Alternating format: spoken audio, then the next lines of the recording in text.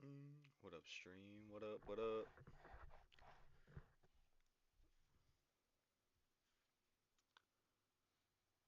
Welcome to Siege X.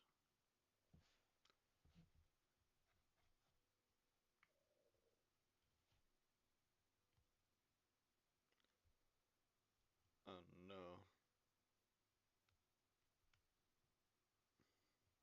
not the Felix Bridge.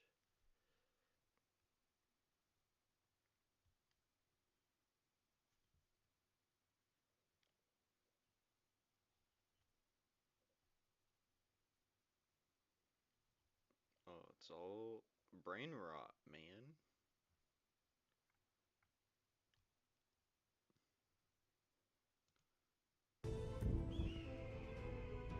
Oh, Ashes update. What we got? Summoner pet system design. Oh, what they We're got? What on they got? camera, and we did a Maybe whole, once. Yeah. I yeah, think there's been one. the high quality camera. Oh, these look I think sick. people probably. That's We're right. chomping at the bits. Any assets we can get, we'll take. Well, and Which and and Oh, specifically, like those of you who love Flame our Atronach. Oh class no, iconography, don't let don't let the Elder Scrolls summon it now. pet action bar. The separate pet action bar may not be in the initial phase of Summoner, but it is something. Economy revamp. Too. This is just chest hair. yeah, Things can we try out in a short span, knowing that phase 3 is coming, and we could make some kind of bigger changes based on the data that we collect there. There was a decent amount of changes. It's like a good example of this is like Okay.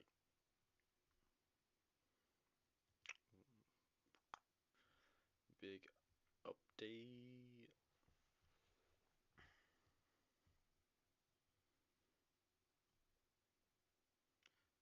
Well.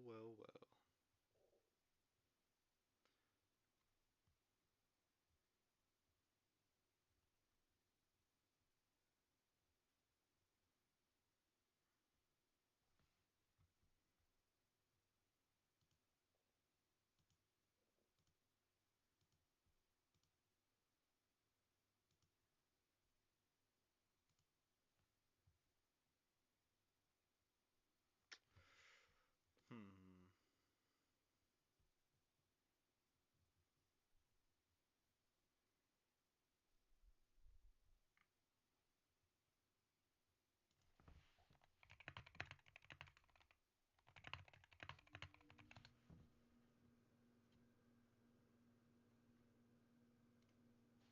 So in this video, I'm going to walk you step by step on setting up your YouTube chat overlay inside of OBS Studio. No, I don't want to overlay.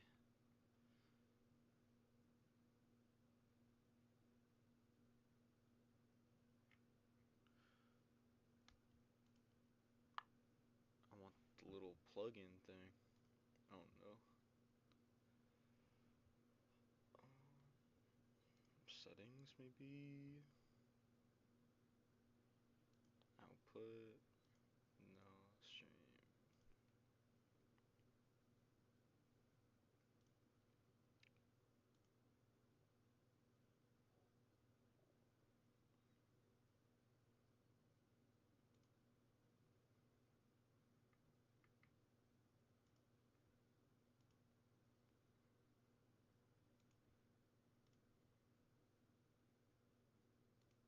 Chat, there it is.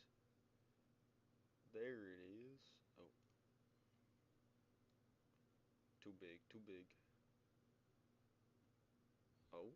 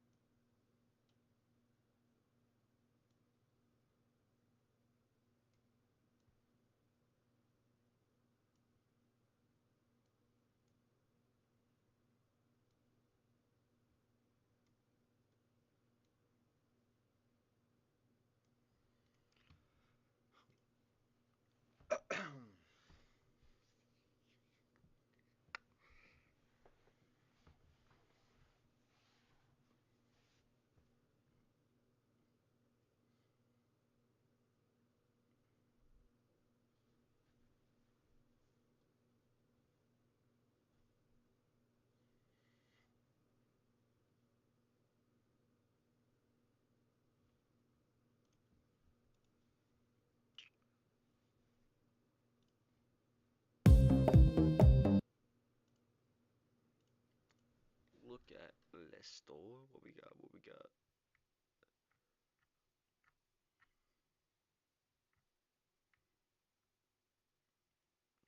What is this?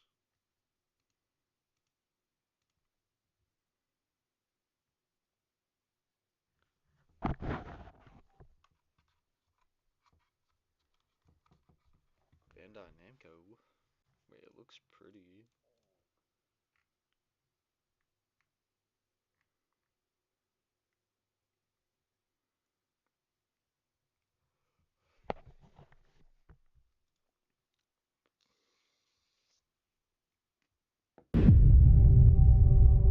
Turn your thoughts inward and focus.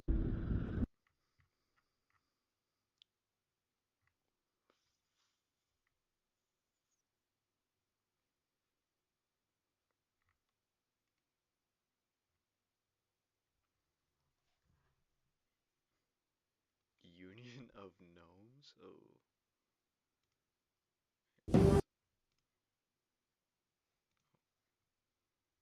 Kinda looks like Monster Train.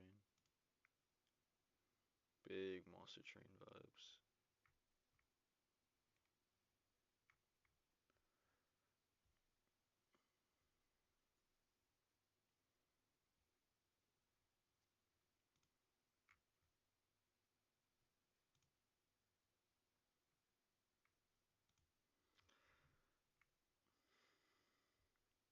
Return of the Obra Dinn.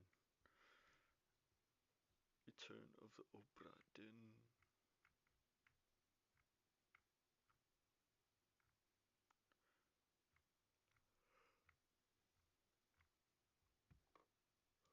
Hmm. Damn.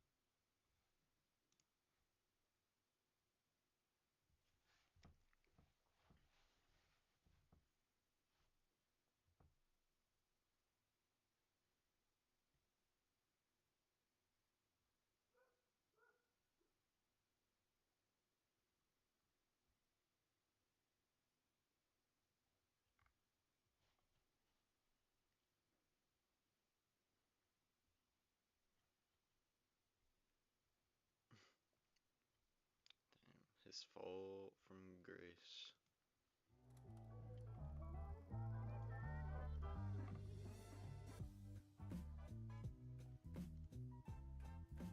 Ladies and gentlemen, welcome back to the channel, and as it turns out, I may have made an oopsie.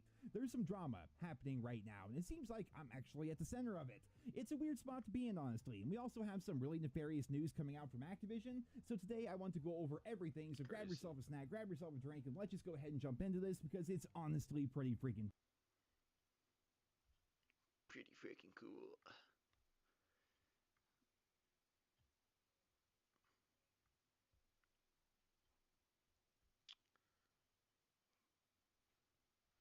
Top 21 players Surf's up, pre-Austin Smaui Beach. Snake here, making my top 20 list of players of the year right before the Austin Major so that we know Alright. things to say about this list. Zawu? Okay. I mean, this list is pretty agreeable. Alish. He just needs to be put on a better team. Man, isn't he on phase now? Alish. CS. Oh no. He's with complexity? I thought he went to phase. Question mark.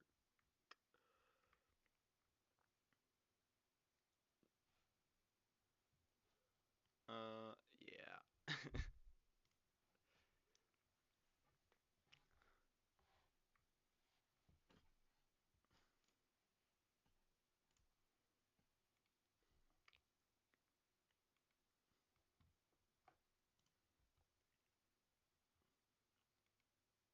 Hopefully he pops off. He deserves it. Okay, scroll down. Scroll down again. Something good is gonna be here. Something good.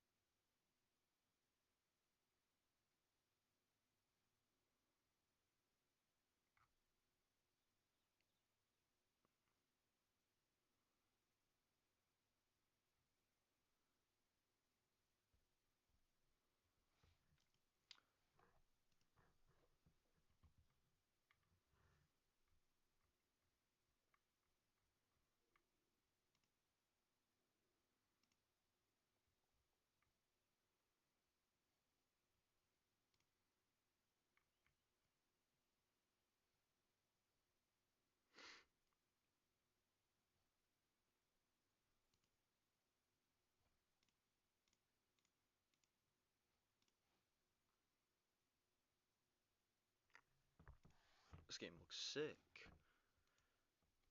Oh my god, that's terrifying. Survios.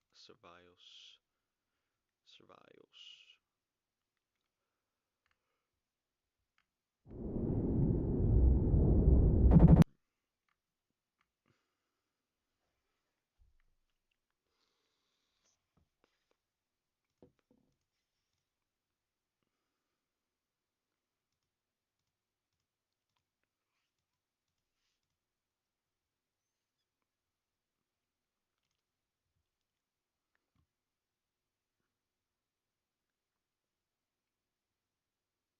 Little Nightmares 3? Oh, damn.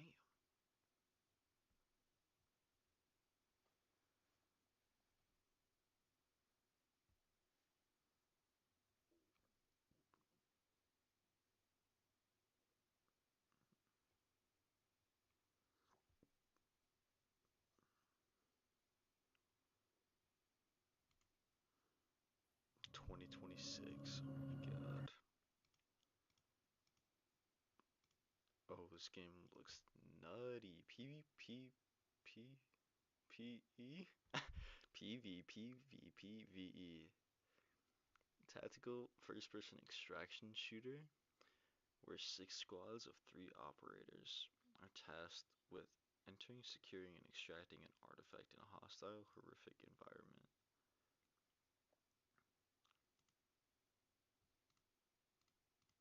Extraction shooter? Vindictive. Okay, chill out. Chill out. Is she about to be pay to win or what?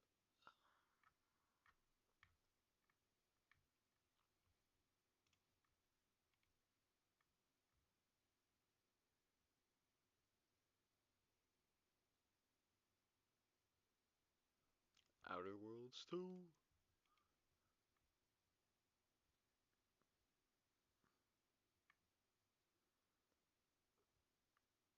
More than just pals? Oh no. Be gone, beast. Be gone, beast.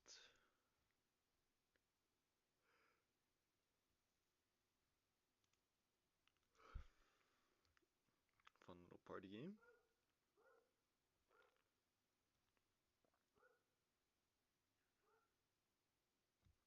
Dino Blade.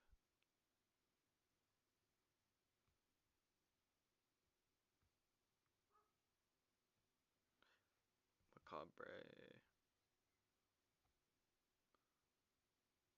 What the fuck?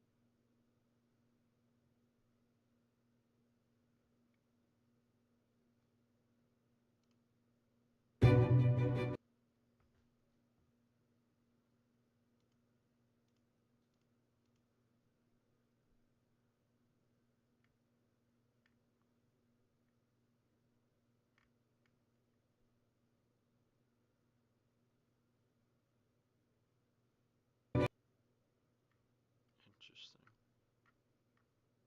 Hey, where'd it go? Put it in the cart.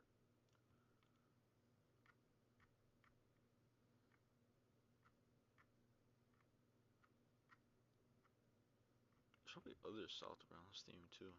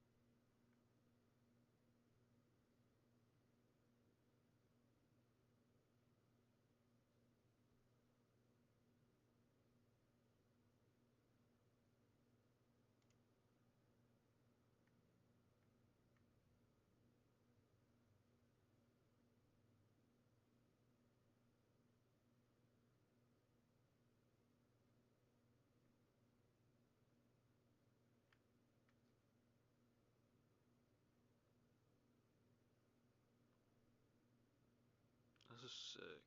I don't use a DualSense controller, but people that do, that's really cool. Vegas Pro, $200, no big deal.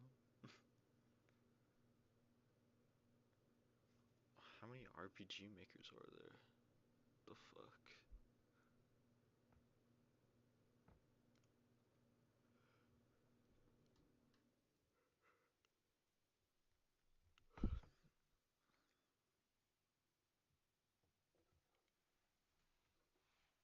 What's up, Miko? You still got zoomies?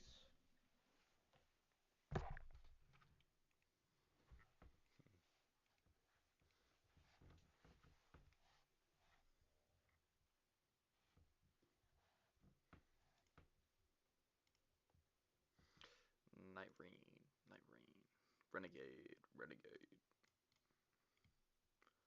Mixed? Wait, why is it mixed? Huh?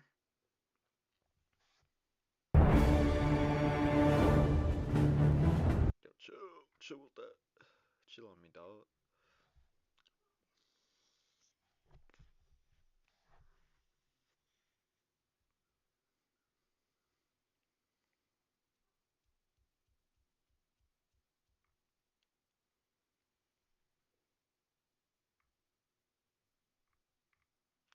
Risk of Rain, but it's Elden Ring is intriguing. I see, that explains everything that people say.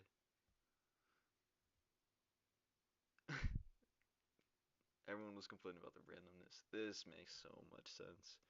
Risk of Rain, but Elden Ring. Okay, okay, okay, okay.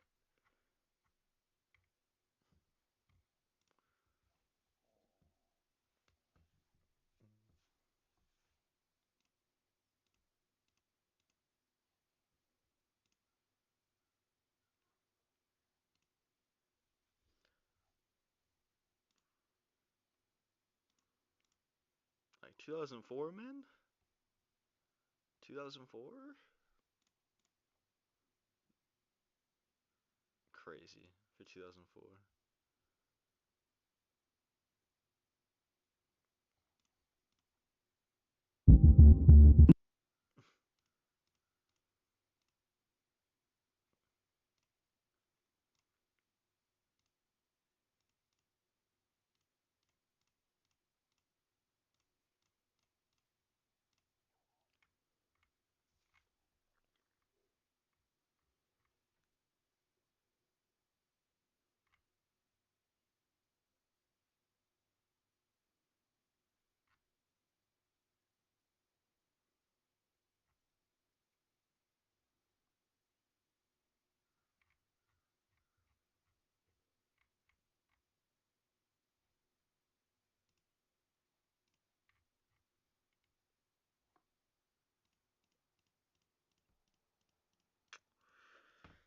Oh man, so many games.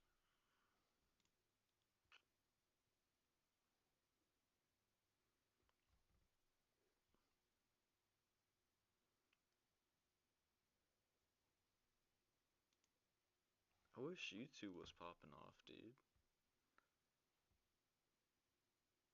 Games I still play after 100%.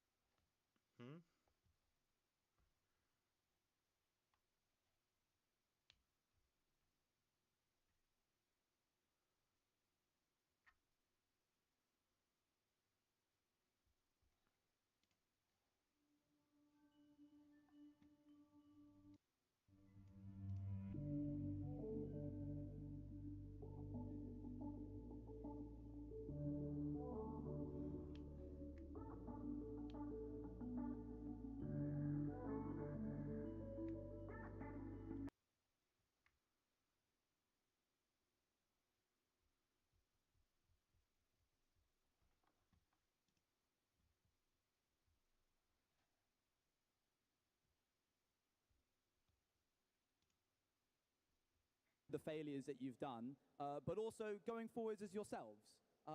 What was, well, here, I'll let you guys in on something here. As a DM, as a dungeon master, it's your job basically to write for every possible scenario that could arise, and for every decision that the cast might make. And I had, for the finale, I made sure to write 2 different endings depending on what they chose. However, I hadn't prepared for the concept that they might not choose either. We're going to have a short look at this clip to give some context, and then we'll talk about what happened, perhaps what went wrong. Let's see the ending of No Dice. I think the only option I can undo everything. I think it's Forget a hard, everything. It it's a undoes hard everything that we've done. Yeah, but it's a hard decision to make. But you also got to bear in mind there is no, your future self has no consequences or repercussions of this decision. You would have to live knowing that you've let thousands of people continue to die, and you're living in the reality that a demon twisted and f***ed your time stream with. But God, we have just, our entire lives have been controlled. I just want to be in, I don't want to give anyone an option, I just want to control my life now. I'm dumb, man. I've just, apparently, everything that I've ever done has been controlled by some freak, and I just killed that freak. I think we leave it on a stalemate then. I think that's the play. The viewers don't want to watch us argue for 13 minutes. If you and guys I can't think come up with a decision, we then will that never is- reach a solution because it's an impossible dilemma. And I think the best thing to do right now is leave it on a stalemate, and you can take to the internet and write your own endings. Unfortunately, not all stories are as cut and dry as one would hope. The Keepers of Time stand in the spring of lost memories as they argue and consider each of the adventurers and parties' viewpoints, and our involvement and monitoring of the story lifts from that moment across Faerun and the whole of time as we depart.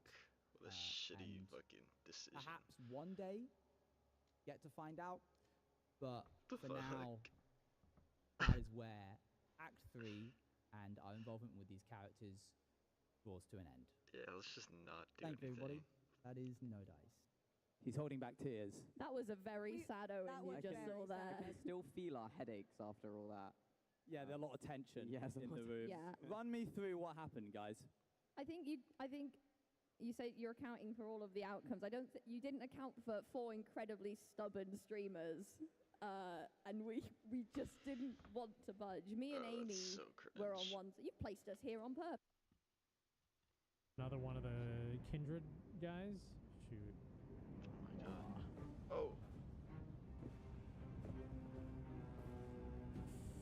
Climb.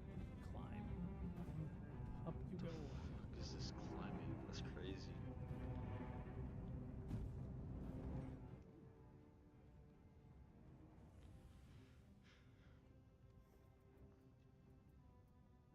Hello there.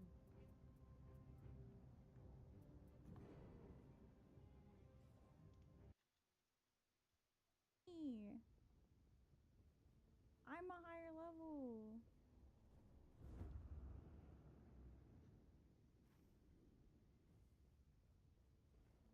Sick cosplay though. Alright, let's fucking get in there. I'm done stalling. I'm over it.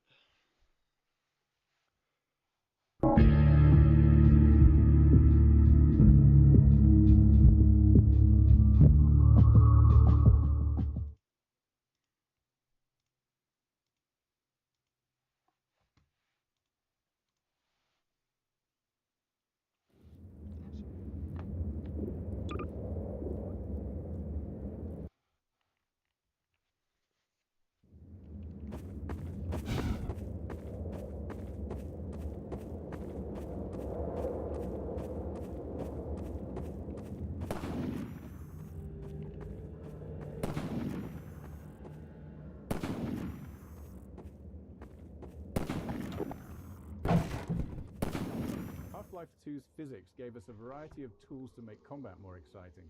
For instance, when enemies miss the player, we subtly redirect their shots toward breakable objects nearby, adding mayhem and creating that action movie feel. We also employed physics to add hints.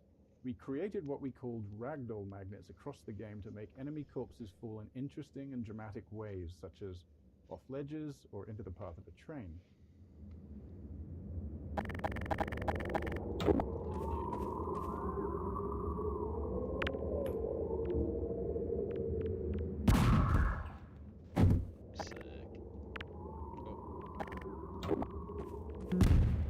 I'll get a sniper.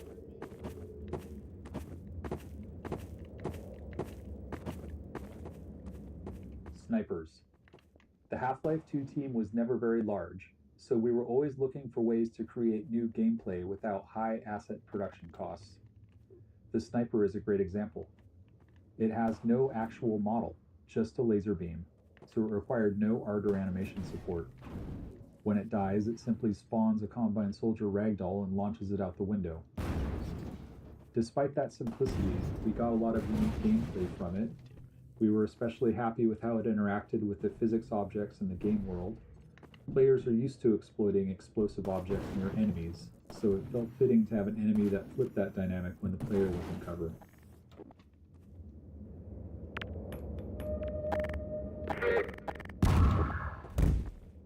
Gotcha, bitch.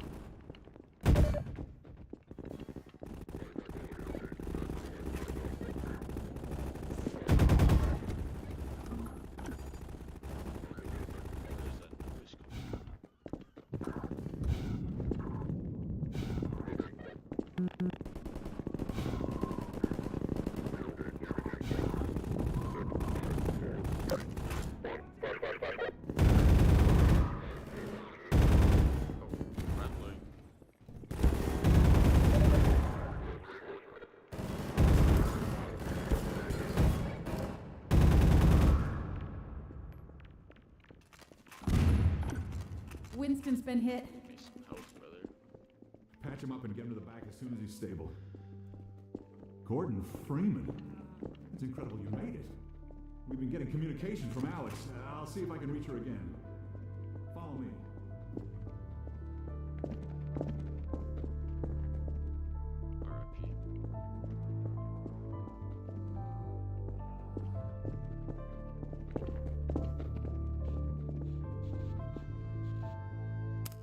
It's Leon. We're all clear. And I've got Gordon Freeman. Dr. Freeman, you're kidding. Look, I've been on the line with Alex. Her father's been captured. Over here, Dr. Freeman. Eli Vance is indispensable to the liberation.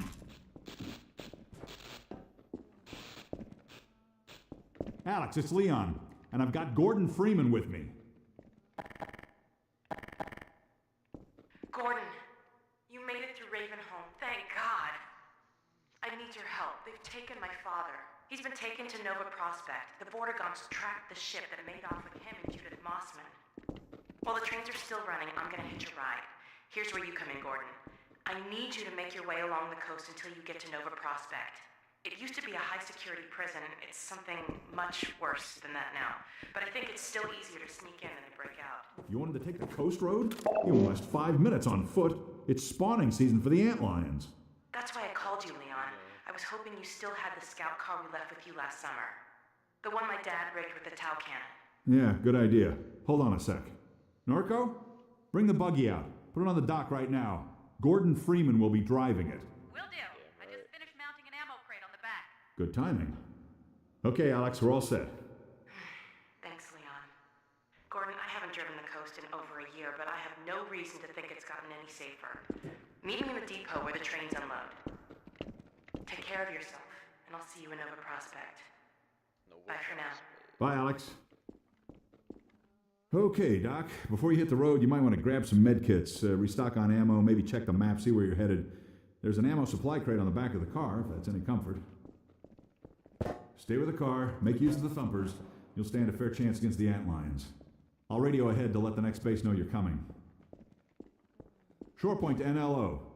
Shore point to New Little Odessa. Come in, Odessa. Do you read? Shore point to NLO. Shore point to New Little Odessa. Coast kickoff. This interstitial scene came along late in development to connect Ravenholm to Coast. Are you kidding Shore point to me, NLO. dude? Shore point to New Little Odessa. Come in, Odessa. Do you read?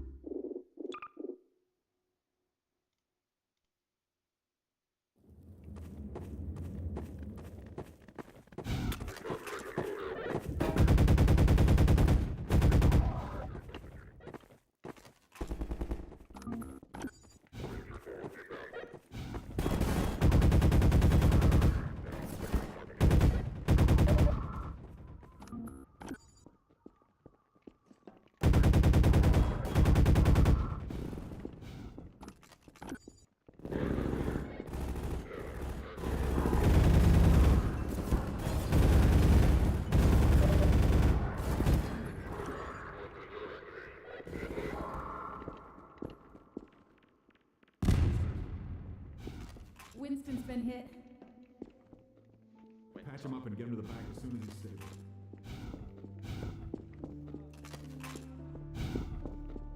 Gordon Freeman. It's incredible you made it. We've been getting communication from Alex. I'll see if I can reach her again. Follow me.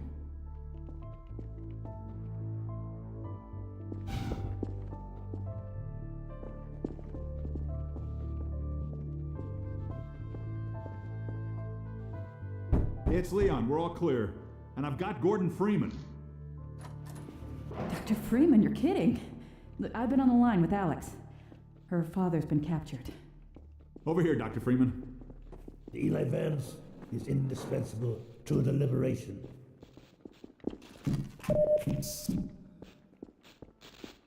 Alex. Coast kickoff. This interstitial scene came along late in development to connect Ravenholm to Coast.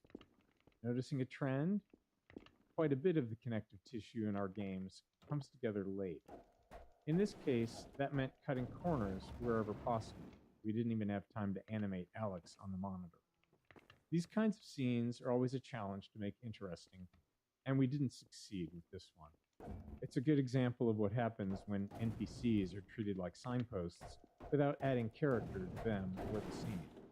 The result is a forgettable moment where the game's seams show. But that's the nature of development. You only have so much time, and you have to decide where to spend it. Kleiner's lab and Eli's lab were much more important, so that's where we focused our efforts. Yeah, good idea. Hold on a sec. Norco? Bring the buggy out. Put it on the dock right now.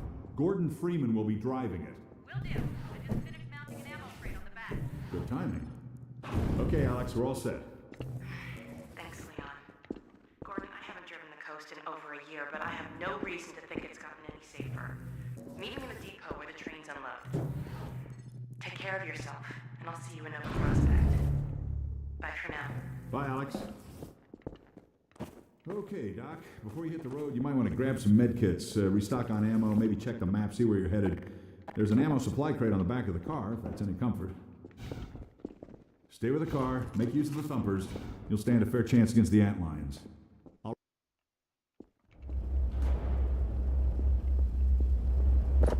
to endpoint low. Hello, Dr. Freeman. The car's all ready for you. Buggy model. The Buggy's model went through many iterations before reaching its final version. We cycled through designs that satisfied both our artistic and physics simulation needs, but then hit an unexpected issue. Many playtesters, even experienced FPS players, were getting motion sick while driving it. Along with some simulation tweaks, we discovered that altering the Buggy model helped. The more the model obscured the world, the worse the motion sickness became. So we began stripping away parts of the model, removing more and more of the body until players stopped feeling sick. In particular, being able to see the ground through the missing undercarriage made a noticeable difference. Buggy introduction. We wanted something more engaging for the Buggy's introduction than just having the player hop in and drive away. The crane helped with that. Crucially, we needed players to learn how to recover the Buggy when it flips over, and this sequence forced them into that situation. Training under pressure is always tricky. We wanted to emphasize the antlion infestation as the reason to stay inside the Buggy. So we kept the antlion threat active and provided a couple of citizens on mounted guns for support. A small bonus, players also get the experience of being lifted by the crane just before they'll get to operate one. Good, here we go. Turbo.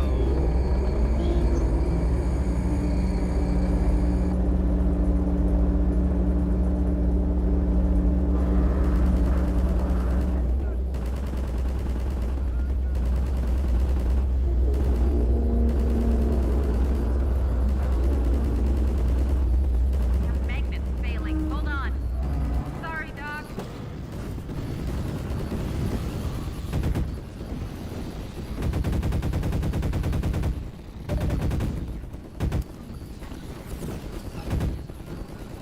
Buggy training course. This training section was designed to let the player play around with their buggy. At the time Half-Life 2 was released, this level of physical simulation in the vehicle was novel, so we wanted to give players ample opportunity to experiment with it. The player has also just left the tight confines of Ravenholm.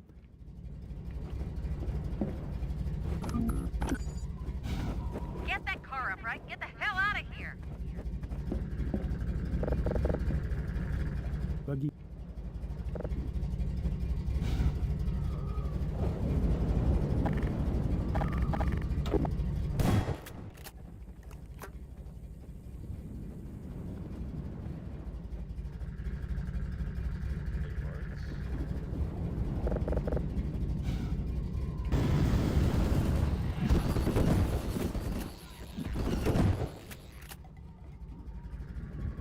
Buggy training course.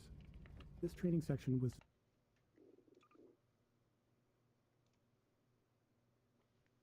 What? Oh. designed to let the player play around with their buggy. At the time Half-Life 2 was released, this level of physical simulation in the vehicle was novel, so we wanted to give players ample opportunity to experiment with it.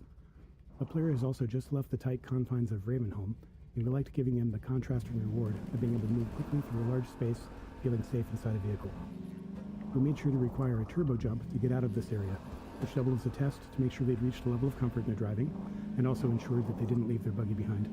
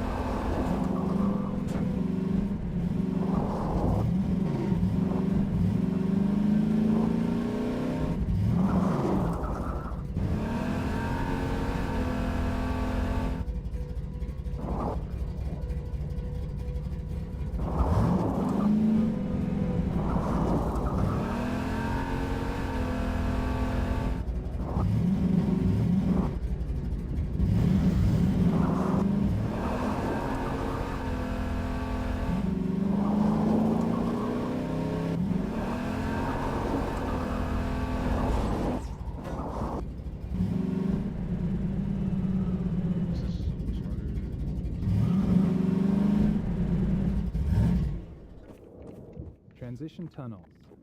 Building the coast required us to develop a way to handle level transition.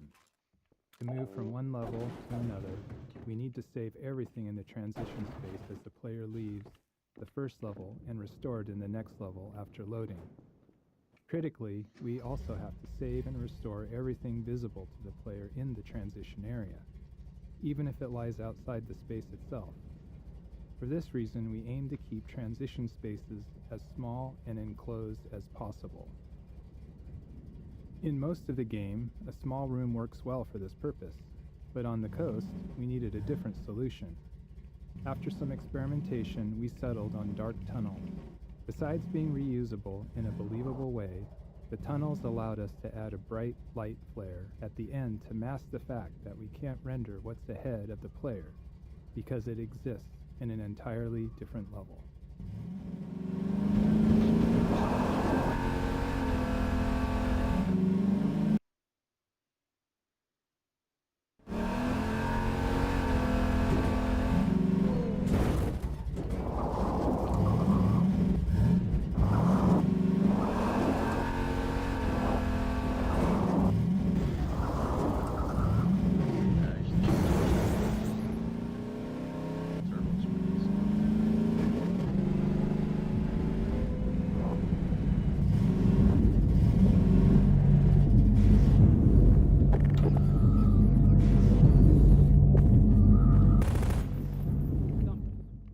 Whenever possible, there's a lot of value in players feeling like they've figured something out on their own. It makes the world feel more alive, rather than just a series of gameplay elements lined up for the player. We can accept the risk that some percentage of players might miss an element entirely. We can take a more subtle approach.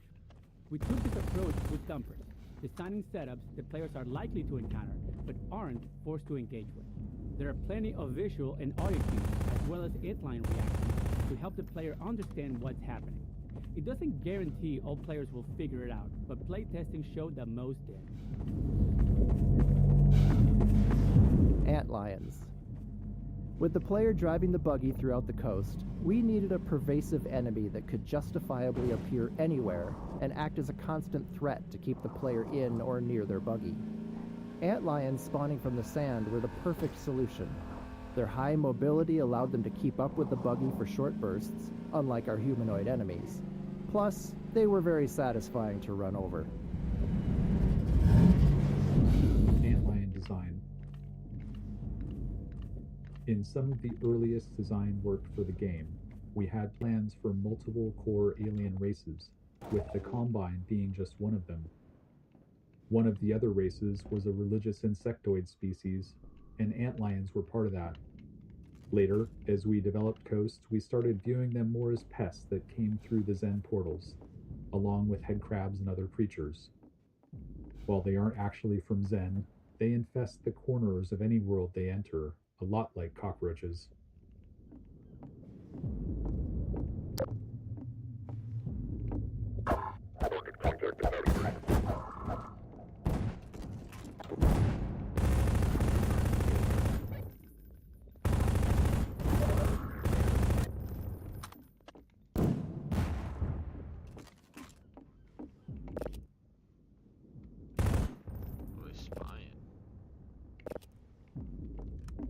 Open world loot.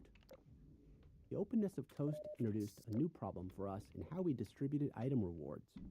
In a Half-Life game, we typically reward players for exploring. If you see the way forward but notice something off to the side, there's probably something useful if you take the time to search. When we first started playtesting our Coast maps, we tucked rewards away in the corners of the outdoor areas. However, this led to a worse experience with the buggy. The wide open spaces meant there were always lots of small areas that looked like they might contain something, and players kept stopping and getting out of the buggy to search. It became tedious and interrupted the fun of the level. So, we removed those scattered rewards, but this raised a new problem. How do we tell the player when it's worth getting out of the buggy? After some thought, we established a rule. Any kind of human construction would always come with gameplay content and exploration rewards, while purely natural areas would be left empty. We couldn't tell players this directly, but it aligned well with their natural assumptions, and we reinforced it consistently with areas like this.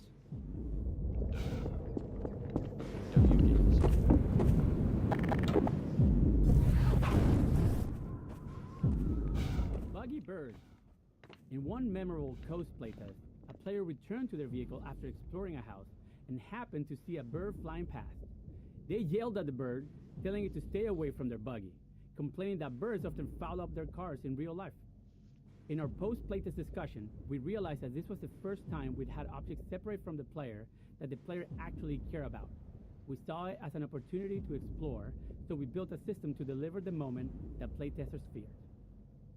When the player leaves their buggy alone for a while and is out of sight, we spawn a seagull at a random location on the vehicle frame. As time goes on, the seagull spawns poop decals on the car body beneath it and continues until the player returns, at which point it flies away. Naturally, playtesters wanted to be able to clean their vehicle, so we added the ability to wash the car by driving it into shallow water. It was late enough in development that we already had the tech for all of this, so the feature was quick to implement. It's one of those cases where we know only a small percentage of players will discover it, but if we can implement these kind of details efficiently and have enough of them, most players will encounter at least one.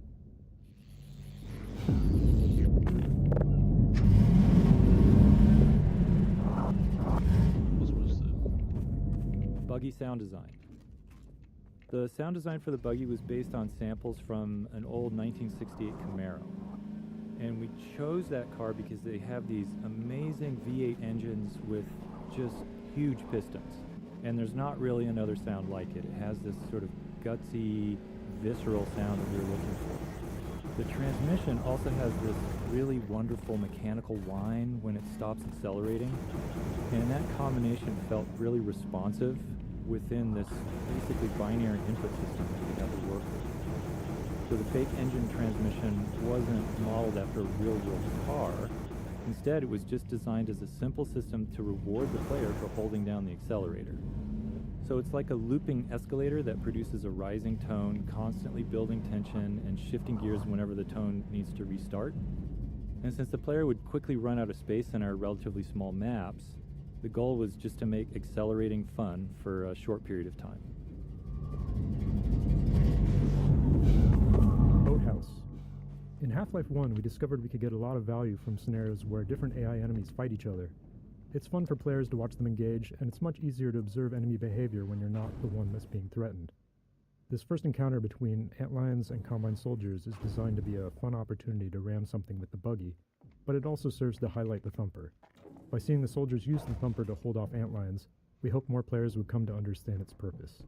We liked how the soldiers demonstrated the value of staying near the Thumper while engaging with the antlions.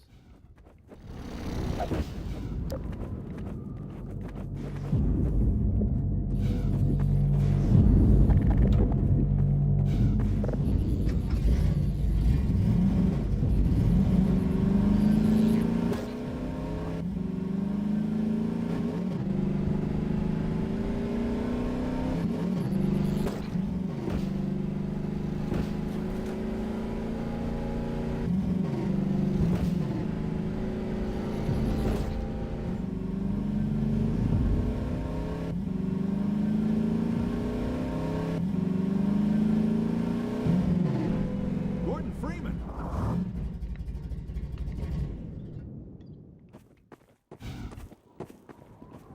Get in the basement! We're making Hurry, sure get in the everyone basement. has what they We're need to hold expecting off an gunships attack. at any moment. Colonel Cubbage will be glad to see you made it.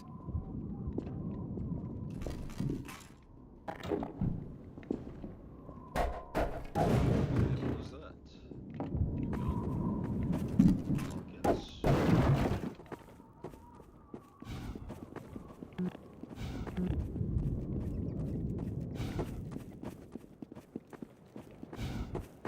Flying vehicle audio. The large flying enemies in the game present a unique audio challenge. During combat, they're much more mobile than other enemies, and they often move a significant distance away from the player. They're also really dangerous if they have line of sight. So these factors led us to focus on an audio solution specifically around occlusion. In other words, when you can see the enemy and when the enemy can see you. And we wanted to make a clear audio distinction between when they have that line of sight. So the flying vehicle engine sounds are made up of multiple looping sounds that we play simultaneously. And some of those loops are processed by the DSP system based on the space you're in, while others are played directly and unprocessed. So the DSP system adds more of an environment echoing effect when we run sound through that system. So when the flying object is occluded behind something, it can't see you, we increase the percentage of loops that go through the DSP processing, and it sounds like that object is a little more distant. And then when that enemy emerges from behind an object and it can see you, we play more of the direct sound. So that overall just gives you a sense that the sound is either distant and directionless or more directly in your line of sight. And you can sort of hear it when a helicopter emerges from behind a building. Ideally, you can really hear that difference. Combine gunship. The gunship was an interesting problem. We had a helicopter flight model already and didn't really have time to build something completely new. So we tuned the helicopter's flight model until it felt different enough, and then derived the gunship's organic animation state from the values coming out of that simulation. We also tried to keep it as truthful as possible. For example, there's a limit as how much it can turn its head to aim its cannon, and if it needs to aim beyond that, it has to alter its flight path to bring the cannon around to bear. It's not allowed to just cheat. The other key feature was its engine sound. We have sound spatialization, so the player can tell roughly where it is, but the gunship is a fast-moving object, and it's up in the air, away from any nearby reference points. As a result, it can be hard to tell exactly how far away it is and how fast it's moving. To fix that, we added a Doppler effect to the engine sound, pitch shifting it based on the gunship's velocity relative to you. It's a subtle effect, but it's extremely effective at subconsciously helping you perceive the gunship's location and direction, critical information letting you know that you're being hunted by it. Several direct hits. You'll be rewarded with a prize worthy of any mantelpiece. Now, who's going to be the lucky one to carry it into combat? Me. Ah, yes. Gordon Freeman. I couldn't have asked for a finer volunteer. Colonel Odessa Cubbage at your service. Laser-guided RPG. The laser guidance feature of the RPG was a huge headache for us because it was difficult to teach. Many playtesters would fire the RPG and then immediately duck behind cover, which meant they didn't see the rocket's flight path. Even worse, they didn't realize the rocket was now turning around to fly back at them. We tried various HUD elements and laser dot indicators to help, but found that most players overlooked them, focusing on the enemy instead. We made as many small improvements as we could, like emphasizing the feature in Odessa's speech and enhancing the audio and visuals around how the gunship shoots down direct RPG shots. While these changes helped some players grasp the feature, we never reached a point where we felt confident that almost everyone understood it. We even considered cutting the feature entirely, but gunship combat without it was much less interesting.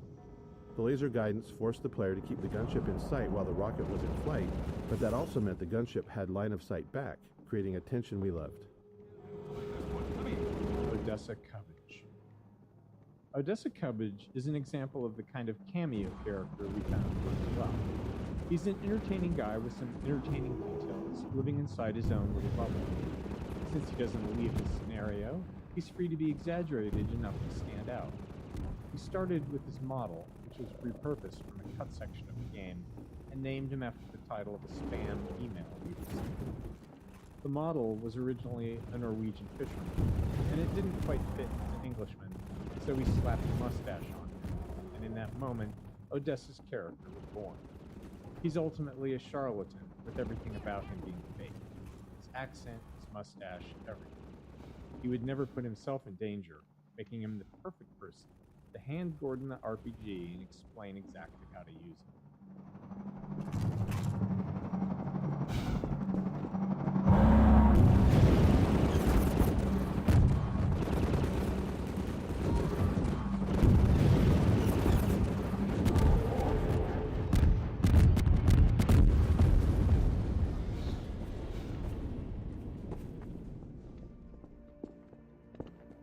Well, that's that. I gather you've disposed of that gunship, Dr. Freeman. Your reputation, sir, is well deserved. I shall have someone open the gate for you immediately so that you can drive on. I understand that Dr. Vance is in great need. Use extreme caution when approaching the bridge. Radio silence from that outpost leads me to believe it has come under Combine control. Still, you're clearly the right man for the job. You'll make it through if anyone can. Farewell. Please tell Dr. Vance. Having been able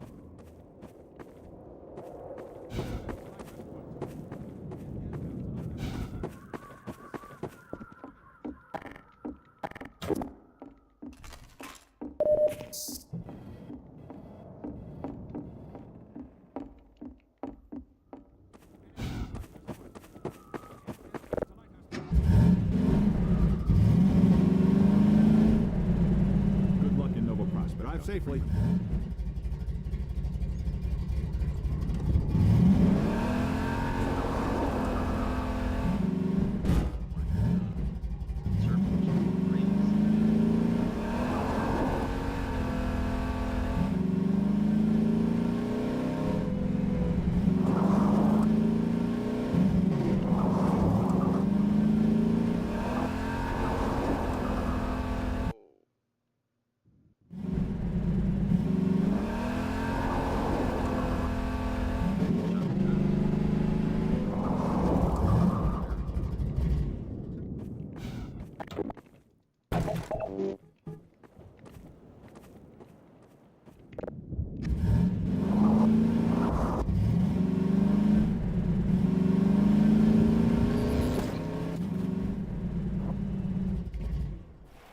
D2 Coast 04.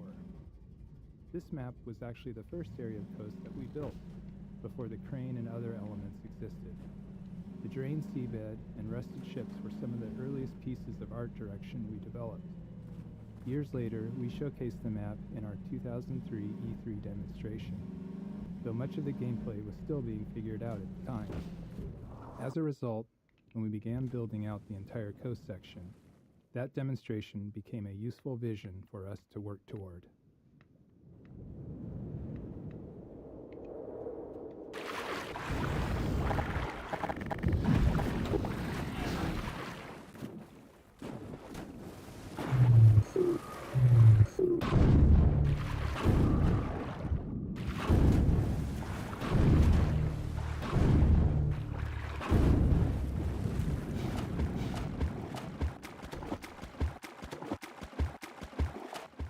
Audio over distance. The large-scale spaces in the coast maps led us to seek an audio solution for how sound changes over distance. So for instance, in these maps, an enemy can be well over 100 yards away, and their gun should sound different at that range than when it's up close. We decided to store our sounds in a single stereo file with the near sound in the left channel and the far sound in the right channel. And then during playback, we crossfade, or we change the proportion of sound you hear between those two channels based on the player's distance from the sound. And it was a simple solution that worked well. It helped us with memory constraints. You can easily hear it in action. Just listen to how a Combine soldier's gunshots change as you drive towards them.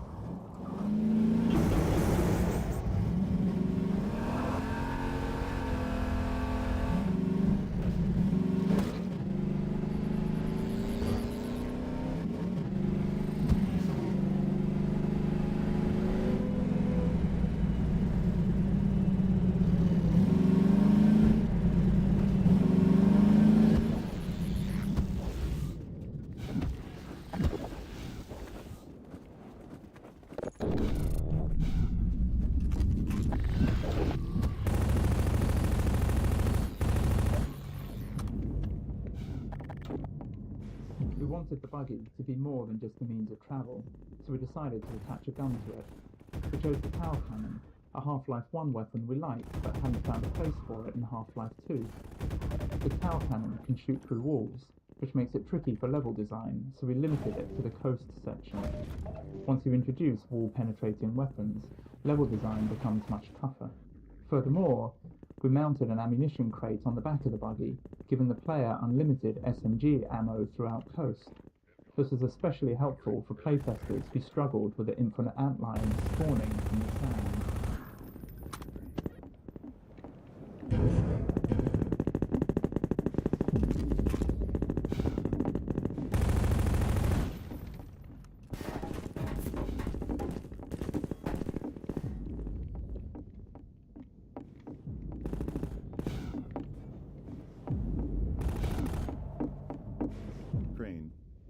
The crane took a lot of fine-tuning to get right. Something that needed to generate so much physical force was always risky, given the limitations of our rigid body physics and destruction technology. For example, the magnet was never going to fully meet player expectations for something with that much mass. But because the crane was stationary, we could carefully choose everything within its range and fine-tune as needed. Fortunately, most players didn't seem to notice its rougher edges, likely because of the sheer novelty of interacting with something like it in a vaguely realistic physical environment.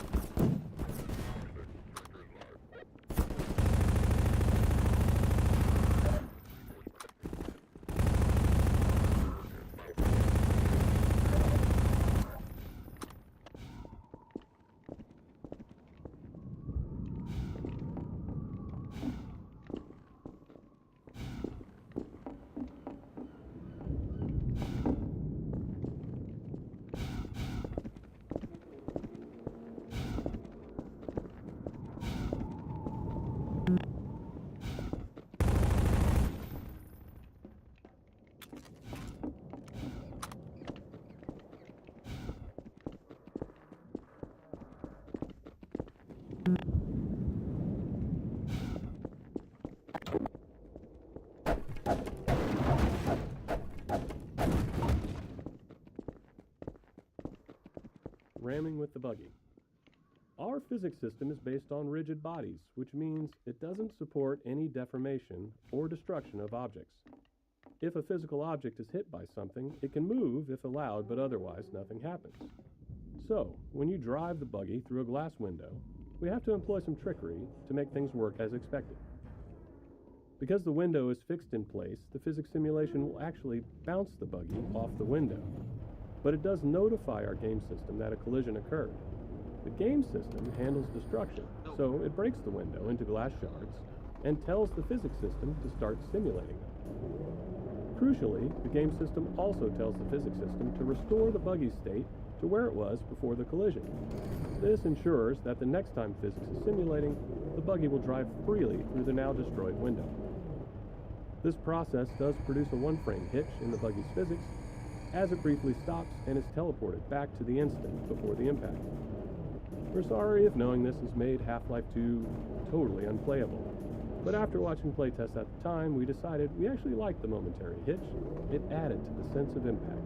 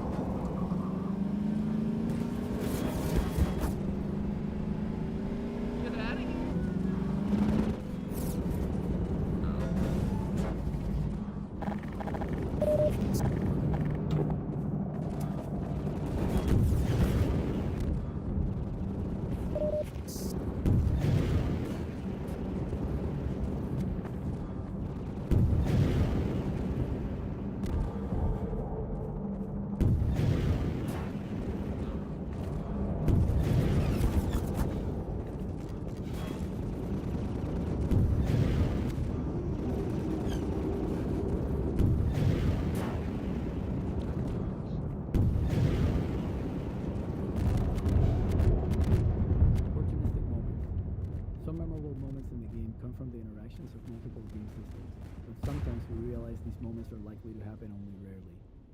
When that's the case, we often wish more players would experience them. There's a tension here. The more we know players will encounter something, the more effort we can put into it. But if it feels too artificial, the moment can come across as forced, and players may not respond as positively.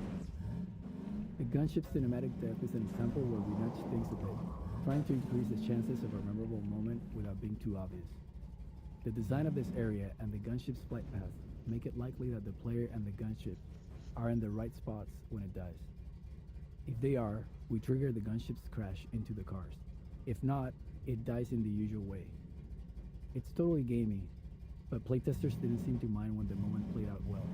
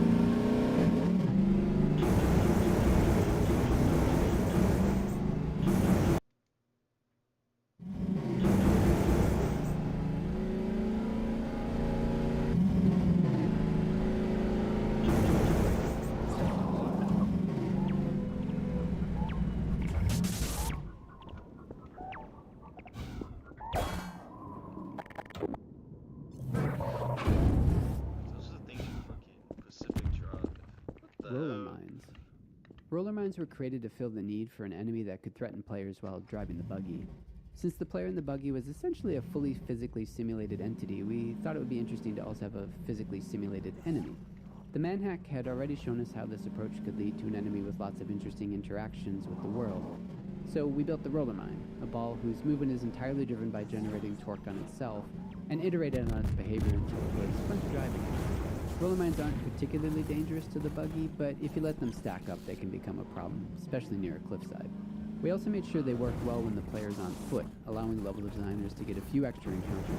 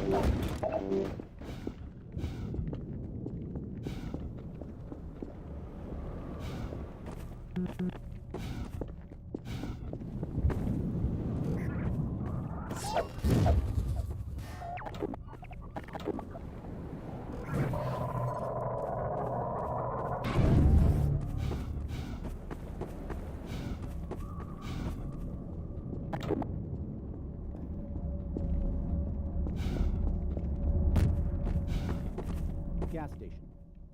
We had grand plans for this encounter. We envisioned building a gas station that the player would fight around, likely igniting the gas tanks and setting fire to everything.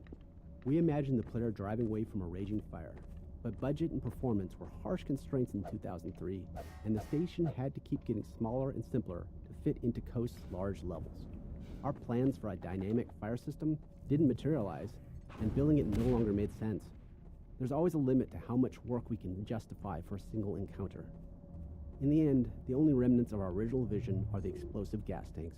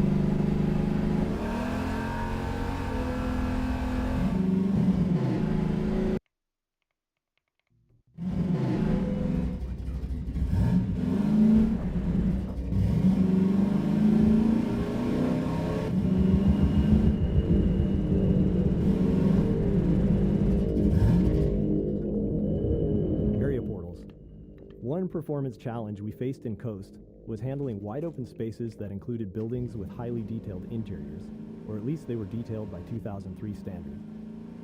When the player was outside, we wanted to allocate as much of our budget as possible to rendering that space, without losing resources to the building interiors. But unless we were willing to board up every window and door, the player could still see inside. To solve this, we created a feature called area portals, placing one in every open window and door. An area portal precomputes a flat image of the building's interior, and during play, when the player is some distance away, the area portal displays this precomputed image over the window or door, allowing us to skip rendering the actual interior. As the player approaches, we smoothly crossfade between the area portal's image and the building's actual contents. With careful use, area portals helped us to meet our performance goals on Coast, along with the occasional door that closed itself behind you. Occlusion.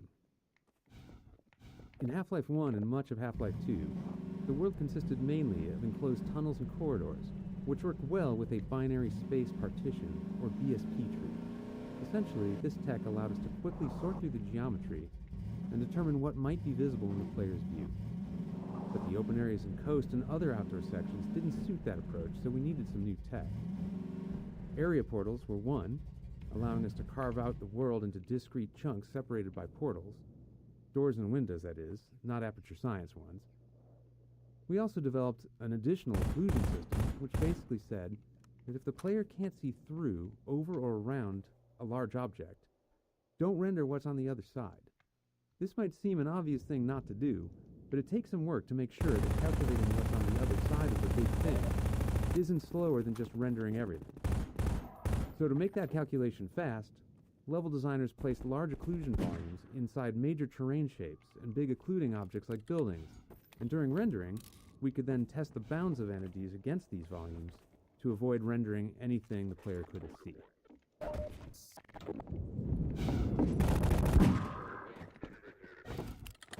Terrain and performance. Our performance budget was often a significant constraint when it came to combat, and even more so for combat on terrain surfaces.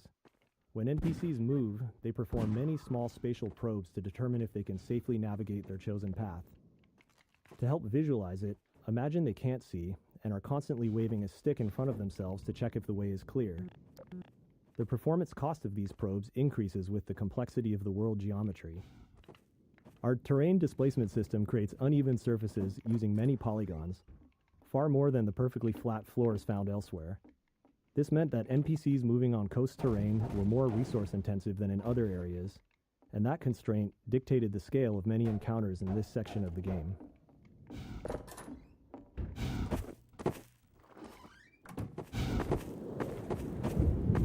Detail objects.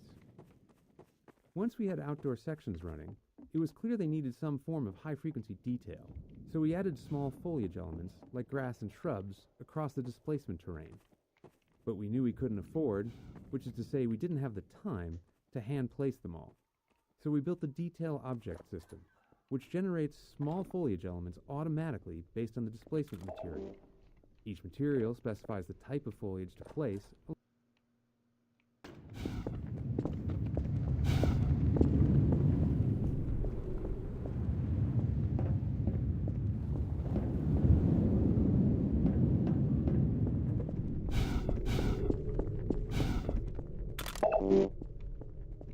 The bridge. This bridge section was inspired by the Deception Pass Bridge, just up the road from Valve's office. We initially built this section as a pure navigation puzzle, gradually layering more gameplay into it. It also became the primary test case for our players' edge friction. In our movement system, we subtly increase friction on the player's deceleration as they approach the edge of a surface. Players have never noticed it, likely because it aligns naturally with their goal of stopping at the edge to look down, matching human tendency to move more slowly and carefully near a drop. But it's a critical feature for this part of the game. We know this because at one point during development, we accidentally broke it, and suddenly all of our playtesters started repeatedly falling to their deaths. Bridge playtesting. The bridge section was always a high point in playtests, with testers consistently having strong reactions to it. The tension they felt while slowly making their way over the girders was visible in their movements. Over time, we layered more challenges into the traversal, and playtests only became more entertaining to watch. From the train rumbling across the bridge and shaking the player, to a surprise head crab in a shack that seemed like a safe haven midway through, we did feel a little guilty relishing the playtesters' visible stress, but we weren't total monsters. After players made it across the bridge, they'd breathe a sigh of relief, disable the Combine shield, and then realize they had to return across the underside. Concerned they might be bored on the second trip, we decided to add a gunship to keep them company out on the girders. Bridge gunship. We were particularly happy with the gunship, despite it being tricky to set up given the level geometry. Being on the underside of the bridge allowed the gunship to move fully around the player, using all 3 dimensions to position itself above and below at different moments. The girders provide plenty of high-frequency cover, creating opportunities for the gunship's fire to produce a fun and dynamic visual and audio display.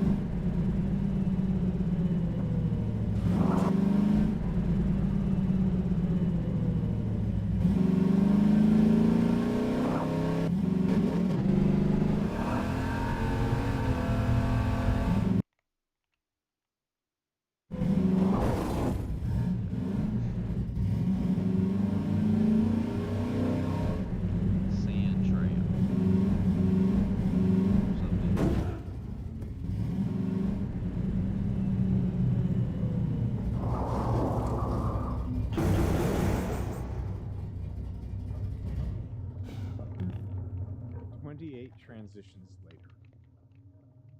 After stringing together a few levels with dark tunnels as transition spaces, we realized we could subvert player expectations by building another one that appeared to be a transition, but instead contained something else.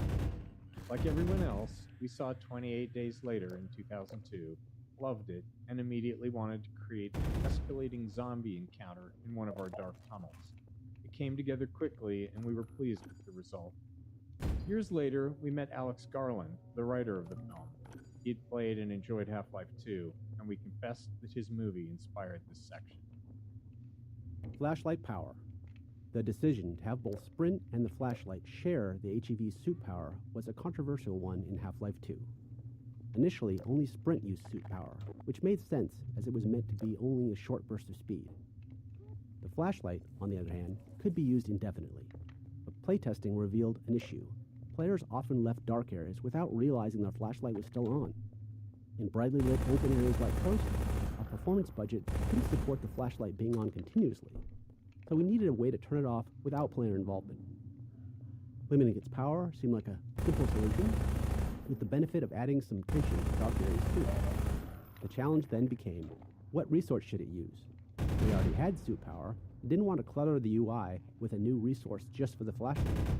We toyed with the idea of other player abilities using suit power, thinking it might be interesting to have players make trade-offs between them. This is a good example of game design often being about choosing between imperfect solutions.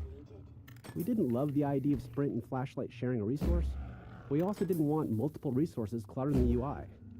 In Episode 2, with no plans to add anything else that consumed suit power, we ultimately decided to give the flashlight its own separate resource.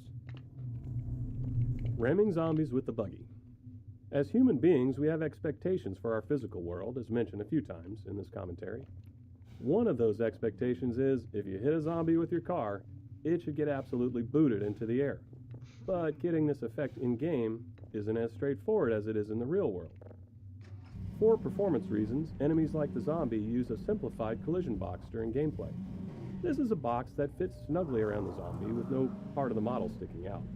But when the zombie dies, it's converted into a ragdoll with more accurate, per-limb collision boxes, though this is more expensive to simulate. This change in collision representation adds further complexity when you ram a zombie with the buggy, beyond just the frame hitch. When the buggy first collides with the zombie, it touches the zombie's simplified collision box. The game then kills the zombie, converting it into a ragdoll that the physics system begins to simulate. Now, with more accurate per-limb collision, the closest part of the zombie may be several inches away from the buggy. As a result, the next time the physics system simulates, the zombie starts falling from gravity because the buggy is no longer pushing it. While it's only a short moment before the buggy reaches the zombie again, this small discrepancy made ramming zombies unsatisfying. They often fell out of the player's view. To fix this, we saved the force the zombie's collision box received when hit by the buggy, and applied that same force to the ragdoll after conversion. We also added a slight upward force to the ragdoll, launching it a bit. With these tweaks, zombies reliably folded over the front of the buggy when hit, which better matched player expectations. Here, like some water. Some water.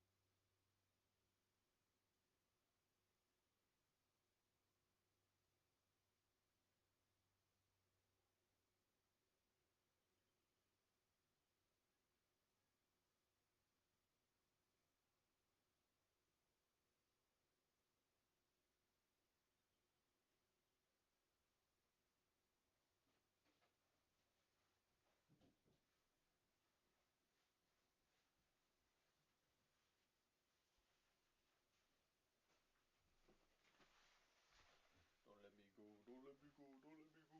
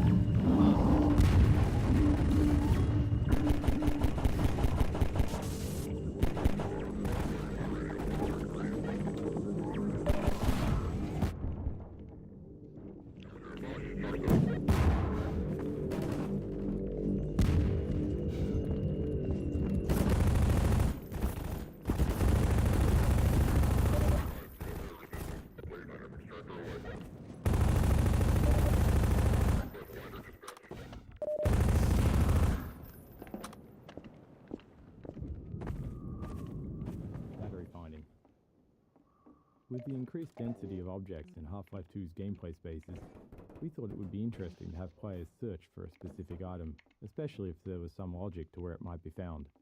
This way, players could locate the item either through careful observation and deduction, or just by brute force searching the area. Since we already had models for cars and batteries, it was a natural step to create a small junkyard for players to explore. We also hid a couple of extra batteries in unexpected places for the players who chose the brute force method. As with other item-based puzzles, this one needed a failsafe in case players lost the batteries. You can try throwing all of them over the cliff if you want to see what happens.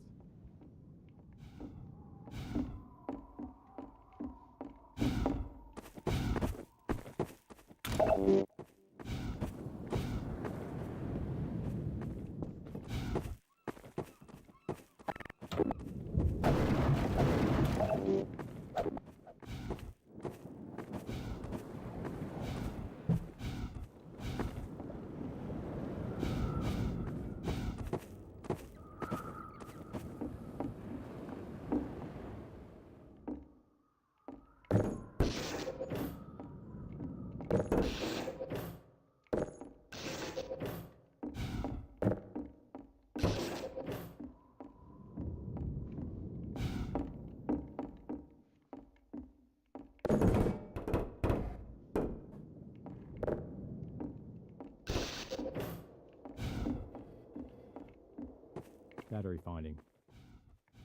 With the increased density of objects in Half-Life 2's gameplay spaces, we thought it would be interesting to have players search for a specific item, especially if there was some logic to where it might be found. This way, players could locate the item either through careful observation and deduction, or just by brute force searching the area. Since we already had models for cars and batteries, it was a natural step to create a small junkyard for players to explore.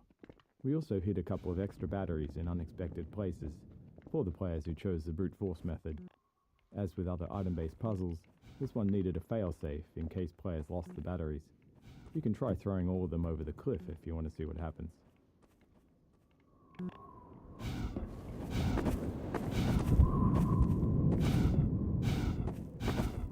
Where's his last battery, man?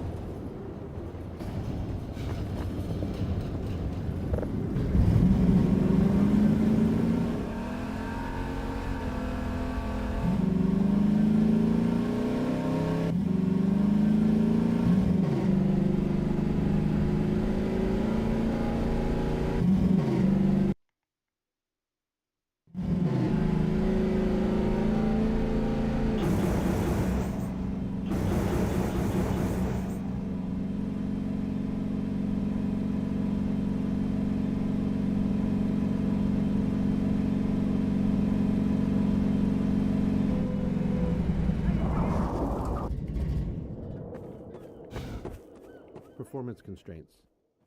For the final Coast arena, we envisioned a big finale where the player and a squad of citizens would hold out against waves of combined soldiers, culminating in a gunship battle. Unfortunately, the computational cost of having soldiers and friendly allies moving around on terrain meant that the battle kept being scaled back to fit within our performance budget. By the time we were down to featuring only a single squad of soldiers at any given time, we were already late in development. Too late to make large-scale changes to the arena to accommodate more enemies, we had to redesign the flow of the fight to keep the number of soldiers to a minimum. Get your car in the garage. Dropship deployment. Deploying soldiers from the dropships was tricky, as it required NPCs to spawn inside another solid object. To get them into the open where they could start navigating normally, they immediately play an animation that has them leaping out of the container the moment they spawn. Once that was working, we encountered another issue. Savvy players would simply just wait outside the container and shoot the soldiers during their exit animation. To counter this, we added a turret to the container to defend the soldiers as they exit. It doesn't fully prevent a player from taking advantage, especially if they're using an indirect weapon like a grenade or something, but that felt realistic and like a true-to-life countermeasure someone thinking strategically might take. Buggy removal. Once we reached the point where we wanted the player to leave the buggy behind, we had to be very explicit about it.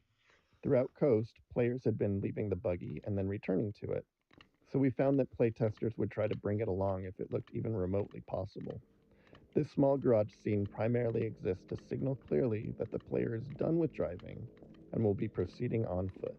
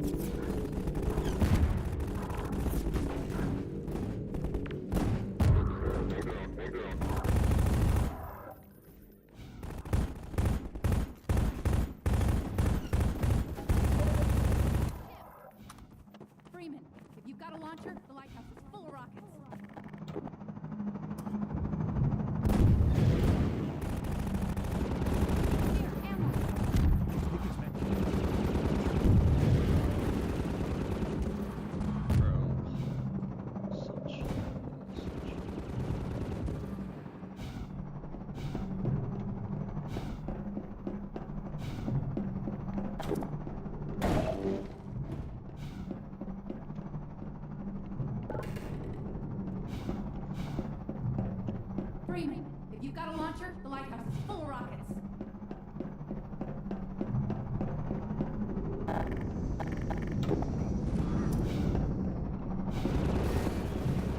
Lighthouse gunship. The gunship scenario here took some work to play out the way we envisioned it. We wanted it to unfold as it would in a movie. In the filmic version, a gunship would fire through the windows as the protagonist ascended the lighthouse, anticipating their movements. To simulate that anticipation in the game, we set up a complex series of trigger volumes along the staircase. As they detect the player moving up, they instruct the gunship to choose a new flight path that matches the player's altitude.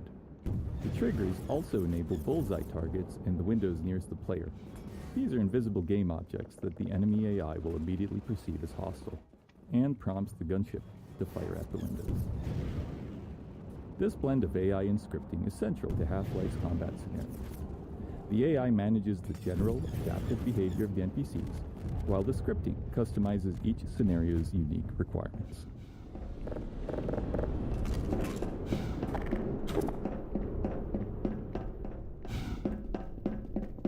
This way, Dr. Freeman. We'll take the cliff path before another gunship finds us.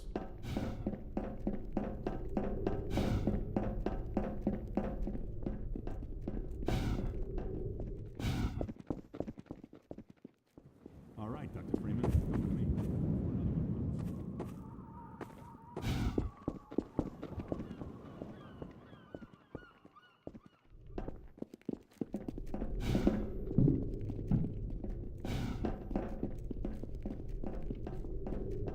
Right along there. And watch your step.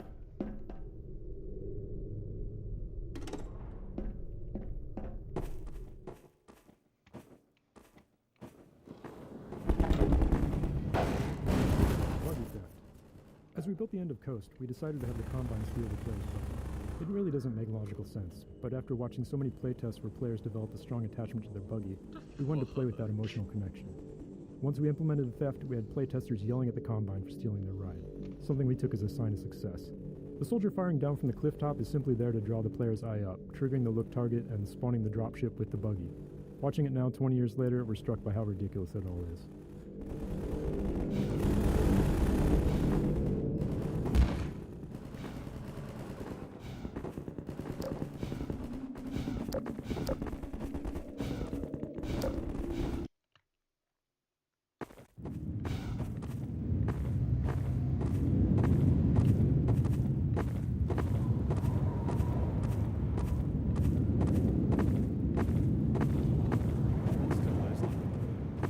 You there! Stop where you are! Stay on the rocks! Don't step on the sand! It makes the antlions crazy! Laszlo, don't move! No! Help!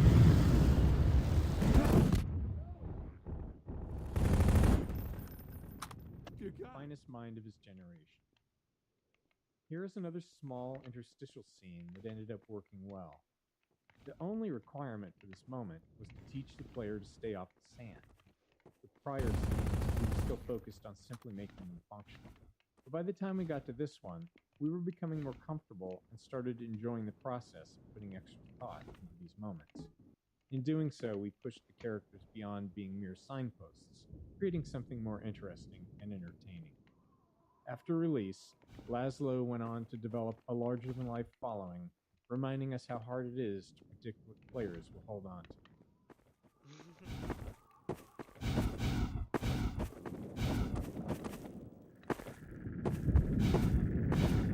Floor is lava.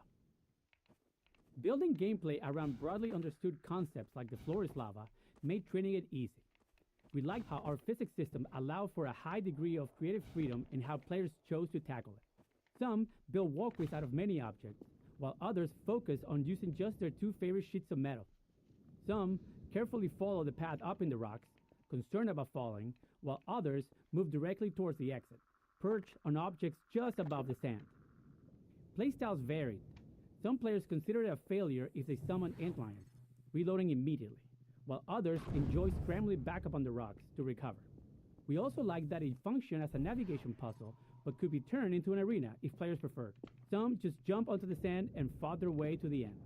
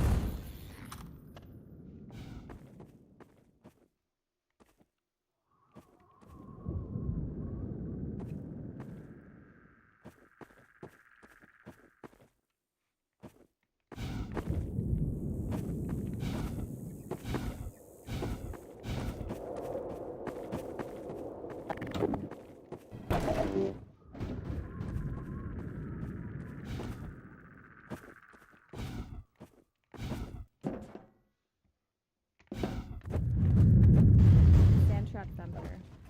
The explosive barrels are provided for players to use against antlions while standing safely within the Thumper's protection. But we're also using this as a hint for the upcoming Antlion Guard encounter, where players often use similar tactics to win the fight. Optional player actions like launching explosives with a gravity gun can be forgotten if they aren't used regularly. With a wide range of offensive options we give players, there's no guarantee they've used this ability recently.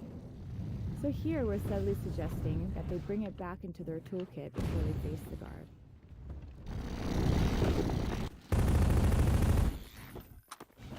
Vortigaunt Extraction.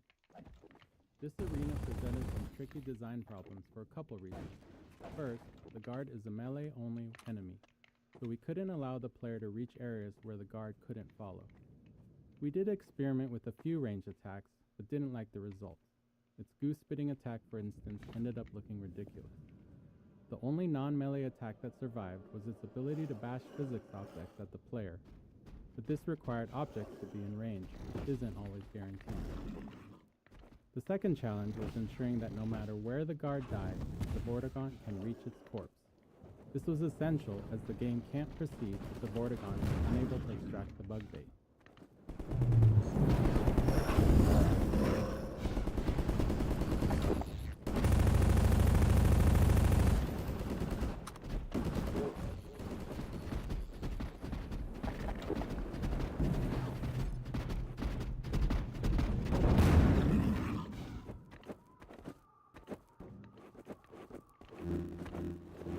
In rare cases, players could find themselves unable to kill the Antlion Guard in this arena.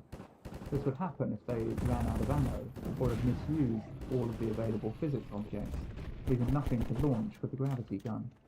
To address this, we added a citizen on the mounted turret above the gate as a failsafe, allowing a stuck player to rely on a citizen to kill the guard.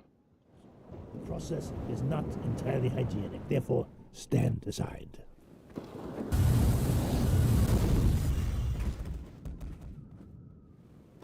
The Freeman will have need of these pheropods on the paths ahead. Gather them now.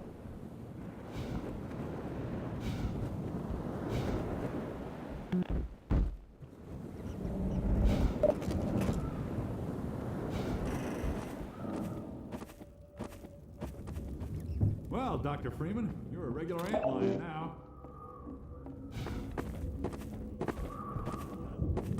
Do it.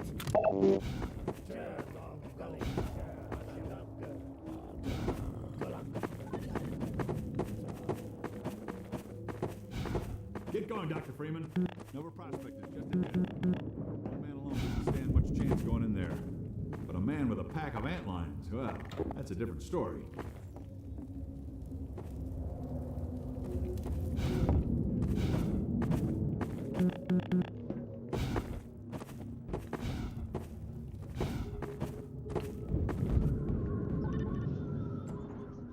The Freeman honors us by his presence. Follow Freeman.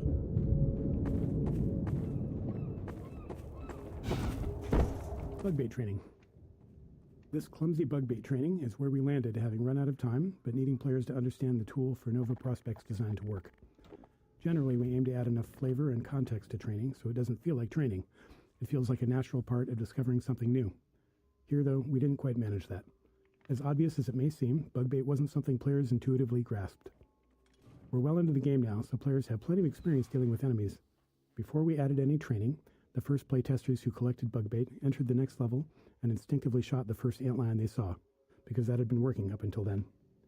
Half-Life tends to encourage a shoot first, ask questions later approach. Similarly, when players reached Nova Prospect, they didn't think to throw bug bait at the Combine soldiers and instead relied on their usual weapons.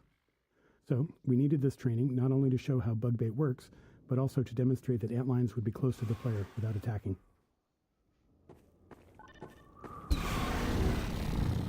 The Freeman again excels in all tasks.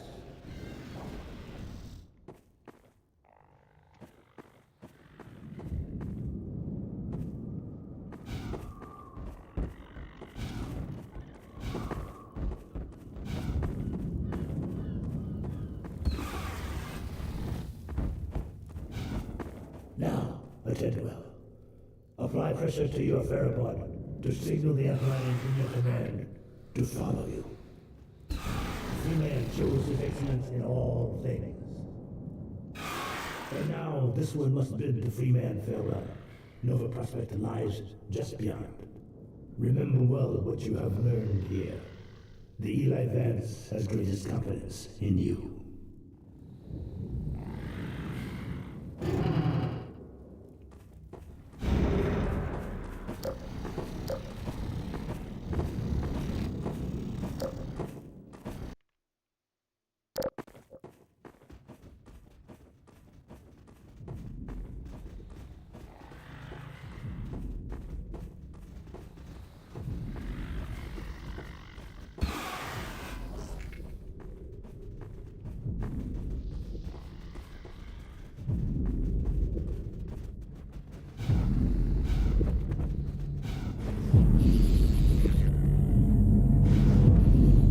Final stage. We liked the final stage of Thumpers, where their purpose is inverted. Now, instead of serving as a tool for safety, they act as a blocker for the player's antlion army. However, we probably should have incorporated more thorough Thumper training before this point. While it was acceptable for players to only partially understand Thumpers in the earlier Coast levels, the stakes are higher now because players are also trying out bug bait for the first time. Players who don't realize that this first Thumper prevents their antlions from moving forward may misunderstand how bug bait works. If they throw bug bait at soldiers in the first bunker and no antlions arrive, they might conclude that bug bait is unreliable or doesn't work as expected and switch back to using their weapons instead.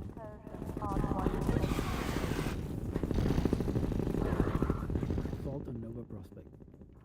With an infinitely respawning antlion army on a coastline assaulting a fortified Combine base, it was hard not to try a Normandy-inspired level. Our initial prototype featured trenches leading up to Nova Prospect, with lethal machine guns forcing the player and their antlions to stay within the trenches to survive. It was thrilling to have machine gun fire and leaping antlions constantly passing above the trenches. Unfortunately, we couldn't make it work within our performance budget, and ultimately had to set it aside in favor of a completely different layout. However, the mounted guns remained, as their lethality proved useful in encouraging players to rely on their antlions.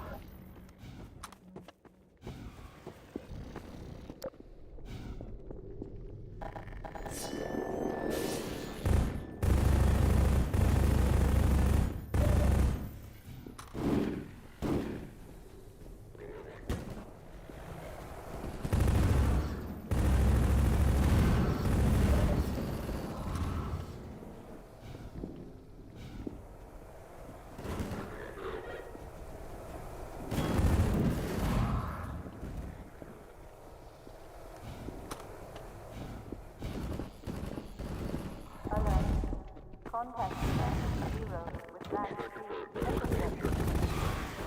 Cultibles anti-citizen 1 effective. Stabilization delegate. Nova Crosspoint. Directive 2. Engage reserve. Contain exogen incursion.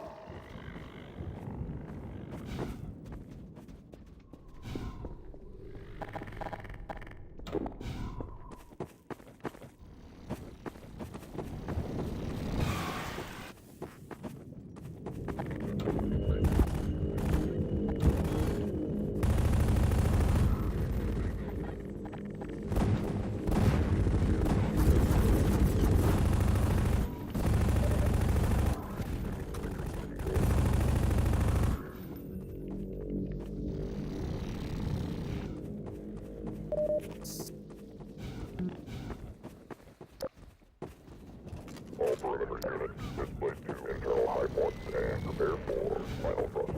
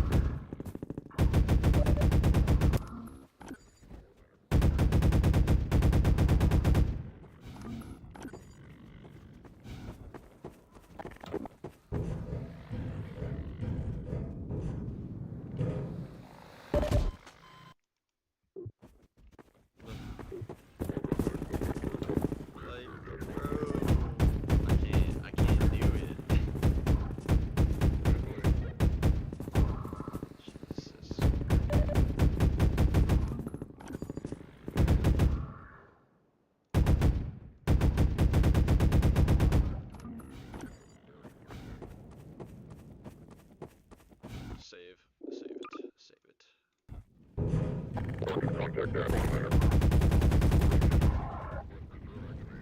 No.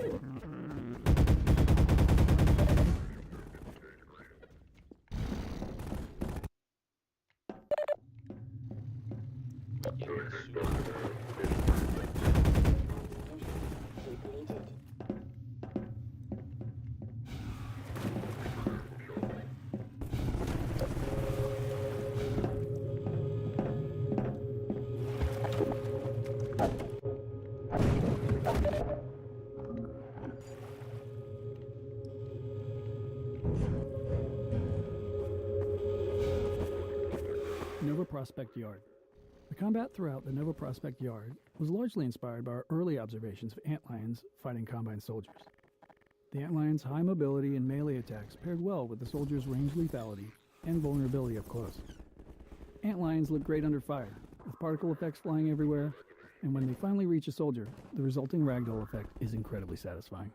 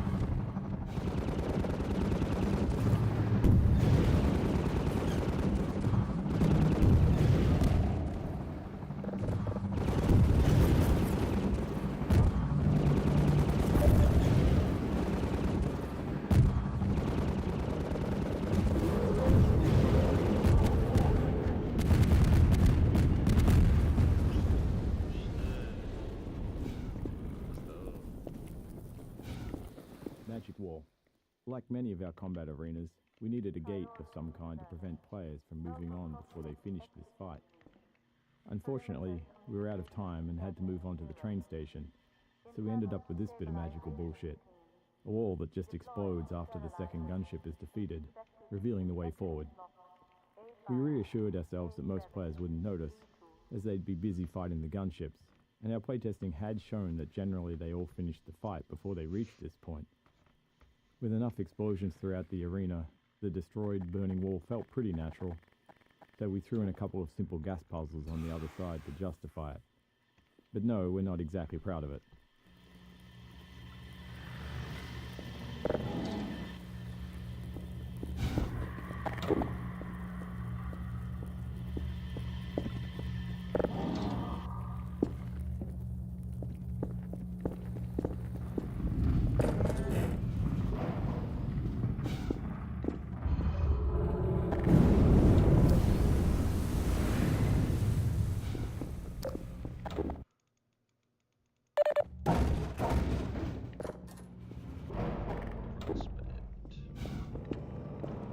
The player has just completed 2 combat-heavy levels, so we wanted to slow things down once they got inside.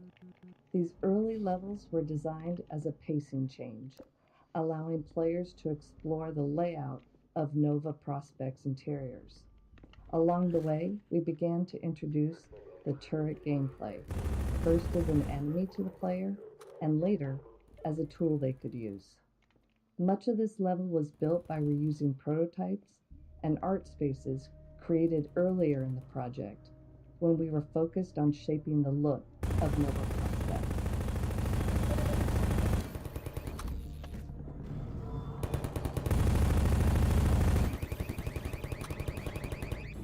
Turrets. Turrets were a useful design tool when the player had bug bait, as they could completely prevent antlions from approaching them head-on. This allowed us to create setups where the player couldn't just throw bug bait to proceed. They needed to circle around and clear the turrets so their antlions could follow. It didn't hurt that watching antlions get mowed down by turret fire was a great visual too. Nova Prospect process. Like Ravenholm, Nova Prospect was initially designed with significantly different gameplay than what ultimately shipped.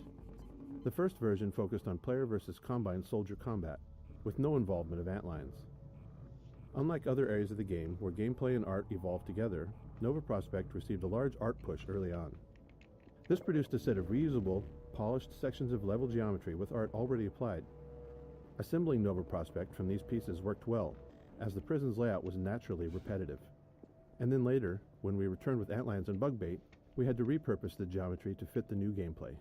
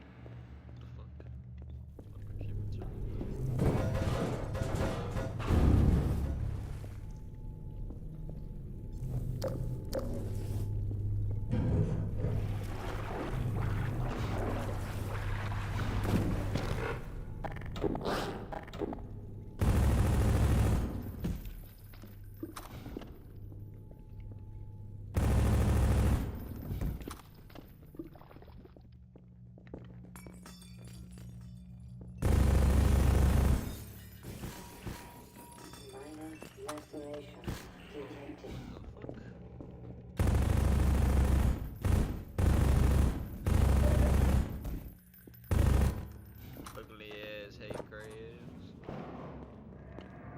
Incursion warning. Airwatch reports probable anti-system Freeman reacquired Zone Nova Prospect. Ground units deprioritize exigent containment. Hold for override code.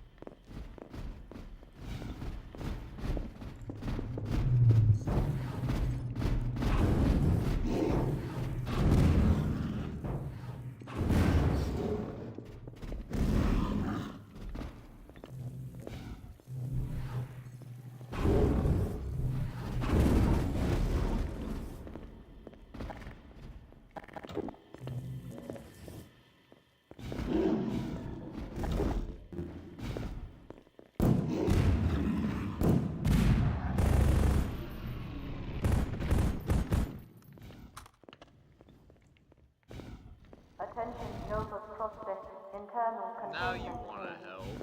Deservice all political conscripts in Block A7. Prohibit external contact.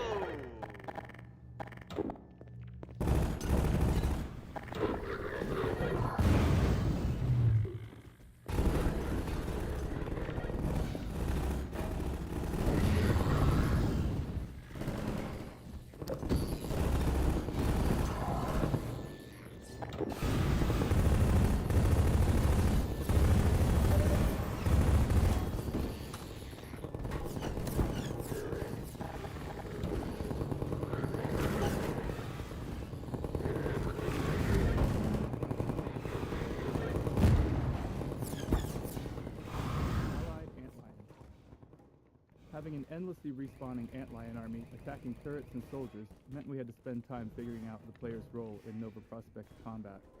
The player had already faced plenty of Combine soldiers, so we decided to make combat here feel more like a puzzle and a spectacle instead of a combat challenge.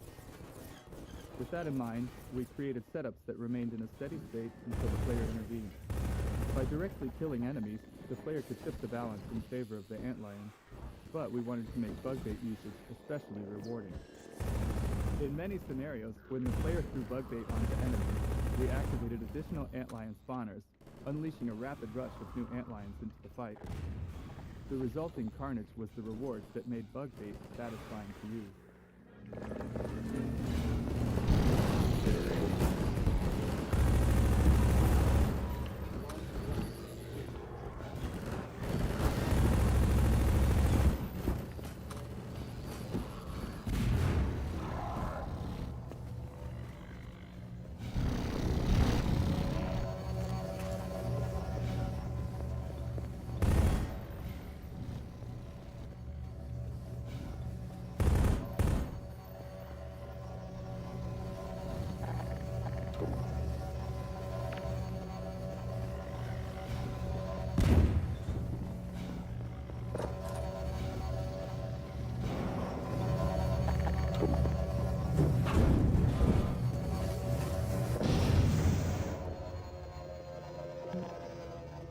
Ragdoll Vortigaunt. There's a lot of pain to see in this dead Vortigaunt, pain of our level designers. At the time, our development tools didn't allow us to directly pose a ragdoll, which is to say, when an NPC dies and it systemically ragdolls to the ground, we didn't have any control over what pose it ended up in. If we'd had some animator time, they could have given us a single frame animation and roughly the pose we wanted, but we were late and our small animation team was already overloaded. So a level designer positioned the Vortigaunt above the chair, told it to die as the level loaded, and waited to see what pose the ragdoll settled into. Then the designer moved the Vortigaunt slightly and tried again. I can't remember exactly how many attempts it took, but it was way more than you'd think. Laser mines. We really enjoyed bringing these laser trip mines into Nova Prospect. They were a weapon from Half-Life 1 we hadn't managed to include in Half-Life 2, but at least they found a place as a puzzle element. We liked how they served as a kind of personal morality test when the player had an antlion army. Some players immediately threw bug bait past the trip mines, setting antlion bodies at the problem, while others had their little buddies back until they'd safely removed the trip mines with other tools. We didn't judge.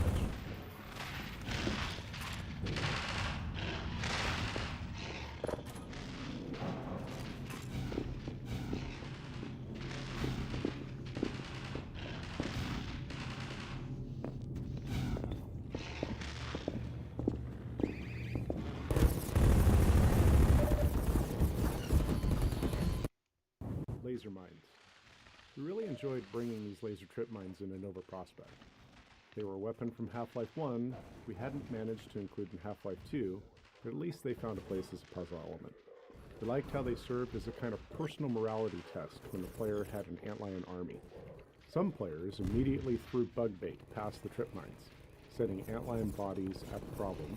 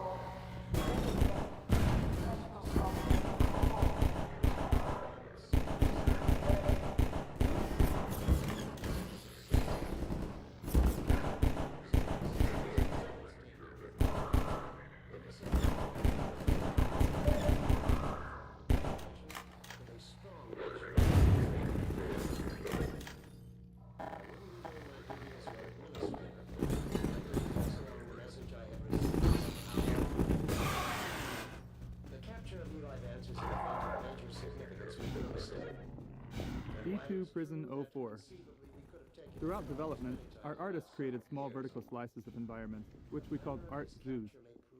These zoos laid out how to use textures and props to create gameplay spaces that achieved our visual goals. However, when building the prison's gameplay track, the repetitive layout allowed us to use the art more directly.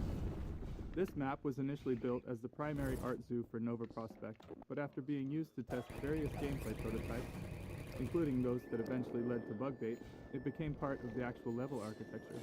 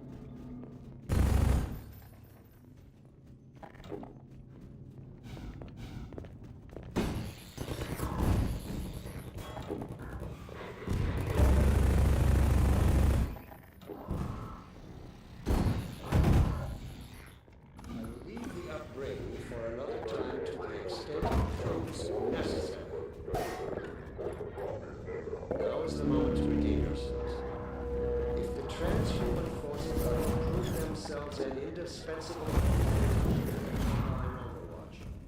They will have to earn the privilege. I'm sure I don't have to remind you that the alternative, if you can call it that, is total extinction. In union with all the other unworthy branches of the species. Let's not allow it to come to that. I have done my best to convince our benefactors that you are the finest the species has to offer. So far, they have accepted my argument, but without concrete evidence to back it up. My words sound increasingly hollow even to me. Burden of proof is on you, as is the consequence of failure. I'll just leave it at that.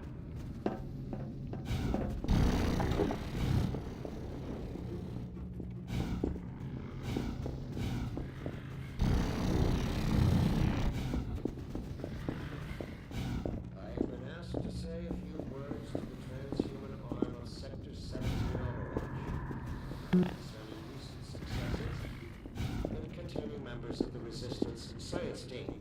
Let me say up front that I regret having to temper my heartfelt congratulations with a strong measure of disappointment. I wouldn't be doing my duty as your administrator. I need to pass along the message I have received from our benefactors.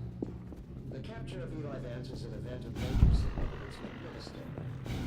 And while it's true that conceivably we could have taken him at almost any time in the last 7 years, the manner of his capture proved to have unexpected benefits. It cannot have gone unnoticed by all the members that Dr. Francis coincided with the act of giving shelter to Gordon Freeman. This might cause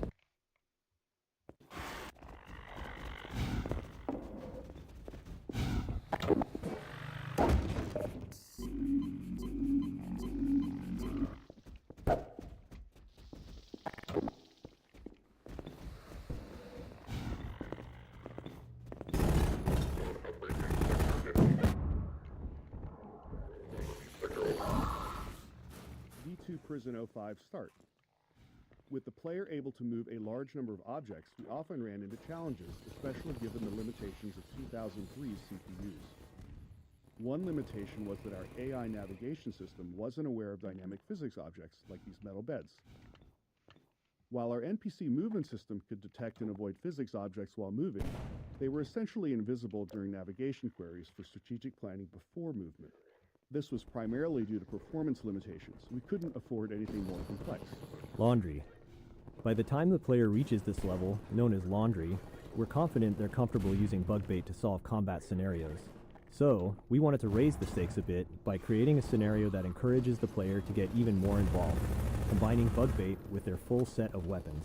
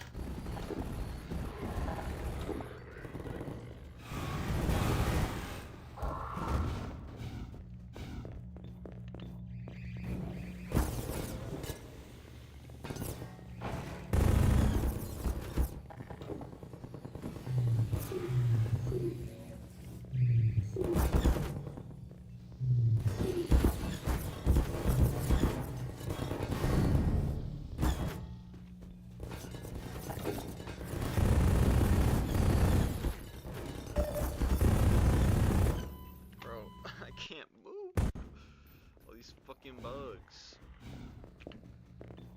D2 Prison 05 start. With the player able to move a large number of objects, we often ran into challenges, especially given the limitations of 2003's CPUs. One limitation was that our AI navigation system wasn't aware of dynamic physics objects like these metal beds. While our NPC movement system could detect and avoid physics objects while moving, they were essentially invisible during navigation queries for strategic planning before movement. This was primarily due to performance limitations. We couldn't afford anything more complex. Laundry. By the time the player reaches this level, known as Laundry, we're confident they're comfortable using bug bait to solve combat scenarios. So, we wanted to raise the stakes a bit by creating a scenario that encourages the player to get even more involved, combining bug bait with their full set of weapons.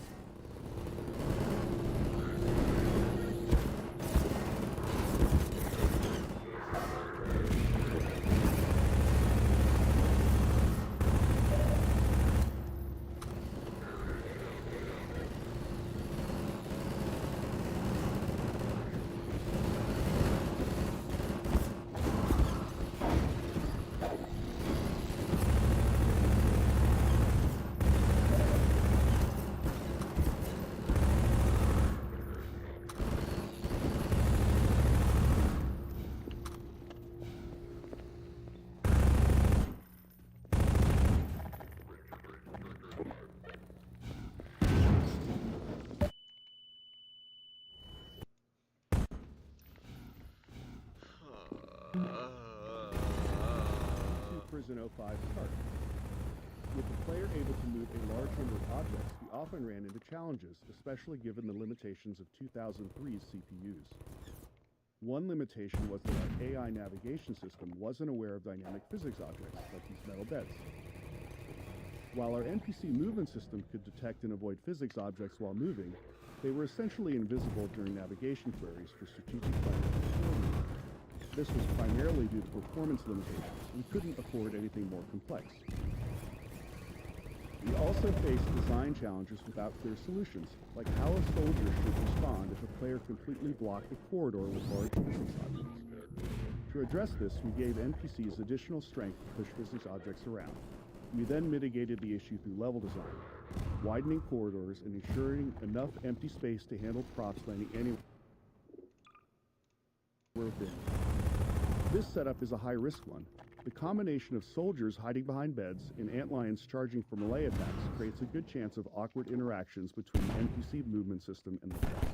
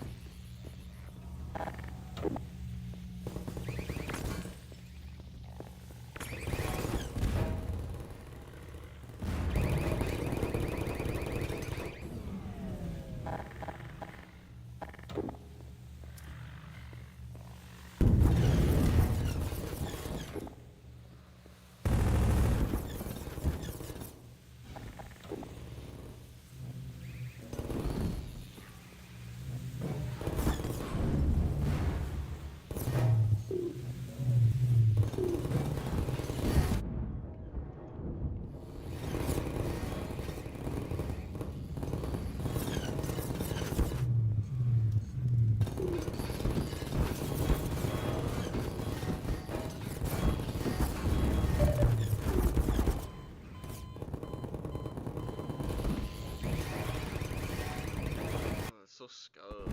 Prison 05 start. With the player able to move a large number of objects, we often ran into challenges, especially given the limitations of 2003 CPUs.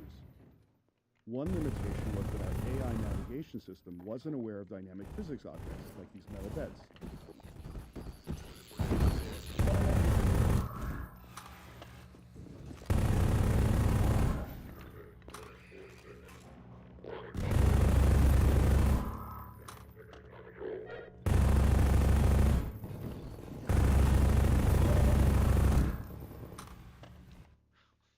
Whole clip, man.